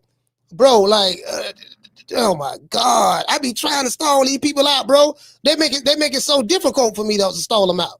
Let me see what it do with that. Oh, here you go, right here. The man, he said, Tank had to say one word and it's trending. This man, bro, I swear to God, hold on, what is it? 8:20:25. Okay, 8:20. 8:20:25. Hold on. What is it? Bro, I gotta pull this up, bro. Hey, fam. This man is saying I gotta show y'all this right here, bro. Hey, here you go. Well, I gotta show y'all this one. Bro, this man is in his 50s, fam. This man is in his 50s. Bro, you can't make this up. Let me blow this up. Ellie suck a nigga nutsack. Bro, hey, this what he typed. He say Tank had to say one word and he is trending. And he typed in GER and it said Javanta and then it say trending. Bro, you can't make this up. This is boxing content in America in a nutshell. Tank Davis, he's our man. If he can't do it, no one can. Tank Davis, he's our man. If he can't do it, no one can. Tank Davis is our man. If he can't do it, no one can. Bro, like I can hear Ellie suck a nigga nutsack riding the car singing that song. The man is retweeting. The man took a screenshot of him typing Javante Davis' name in Google. And it showed Tank trending. He took a screenshot, posted it on Twitter. You can't make this up. True. This way it's at, fam.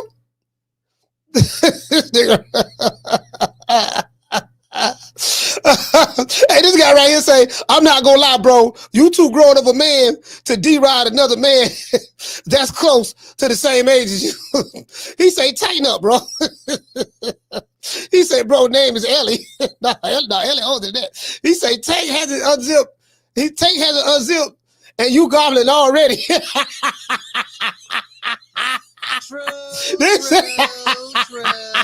This is take that.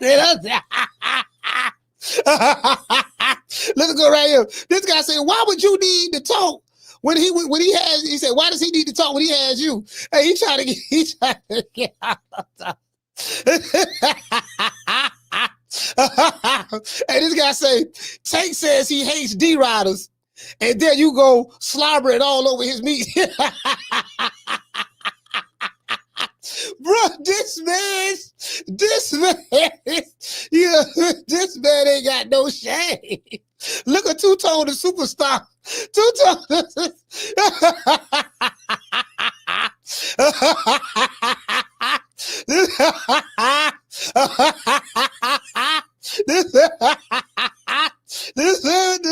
Hey, bro, the man, this what the people saying under the comment section.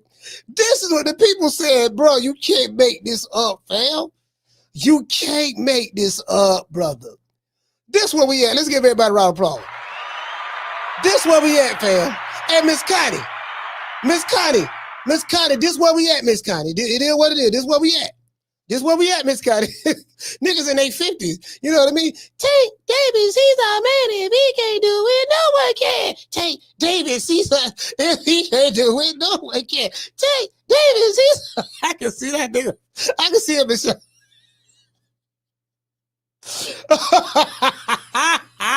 I can see this. I can see, bro. You can't, bro.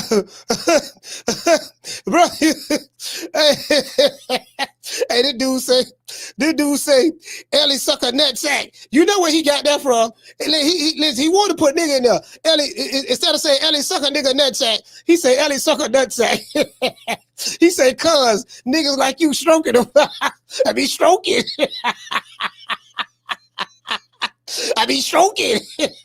I just see Ellie suck a nigga nutsack now. I stroke Tank to the east. I stroke Tank to the west. I stroke Tank to the best place that is the best. I be stroking. Reporting. I be stroking. Reporting.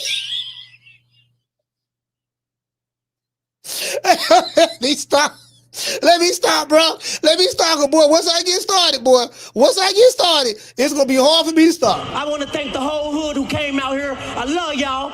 I did this for the hood. Y'all know I beat that boy. Hey, bro, he ain't got no shame. That's what. Hey, Miss Connie, you know the crazy part about it? He ain't got no shame. The man ain't got no shame at all. Like, for real, though. Riley, get him. Look, fuck you. Fuck the plane you flew in on. Fuck them shoes. Fuck the socks with the bell on it. Fuck them cheap-ass cigars. Fuck your yuck mouth teeth. Fuck your hairpiece. Fuck your chocolate. Fuck Guy Ritchie. Fuck Prince William. Fuck the Queen. This is America. My president is black and my Lambo is blue, nigga. Now get the fuck out my hotel room. And if I see you in the street, I'm slapping the shit out of you. Hey man, shout out to Jake Paul and Tank Davis, the two faces of the box. Yeah. Oh, that look good.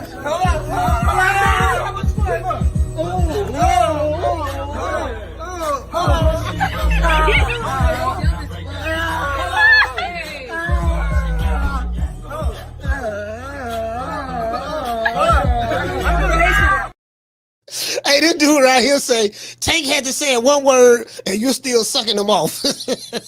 Eat the meat down. Man, eat the meat down to the base. I'm going to give everybody a shout out after these messages.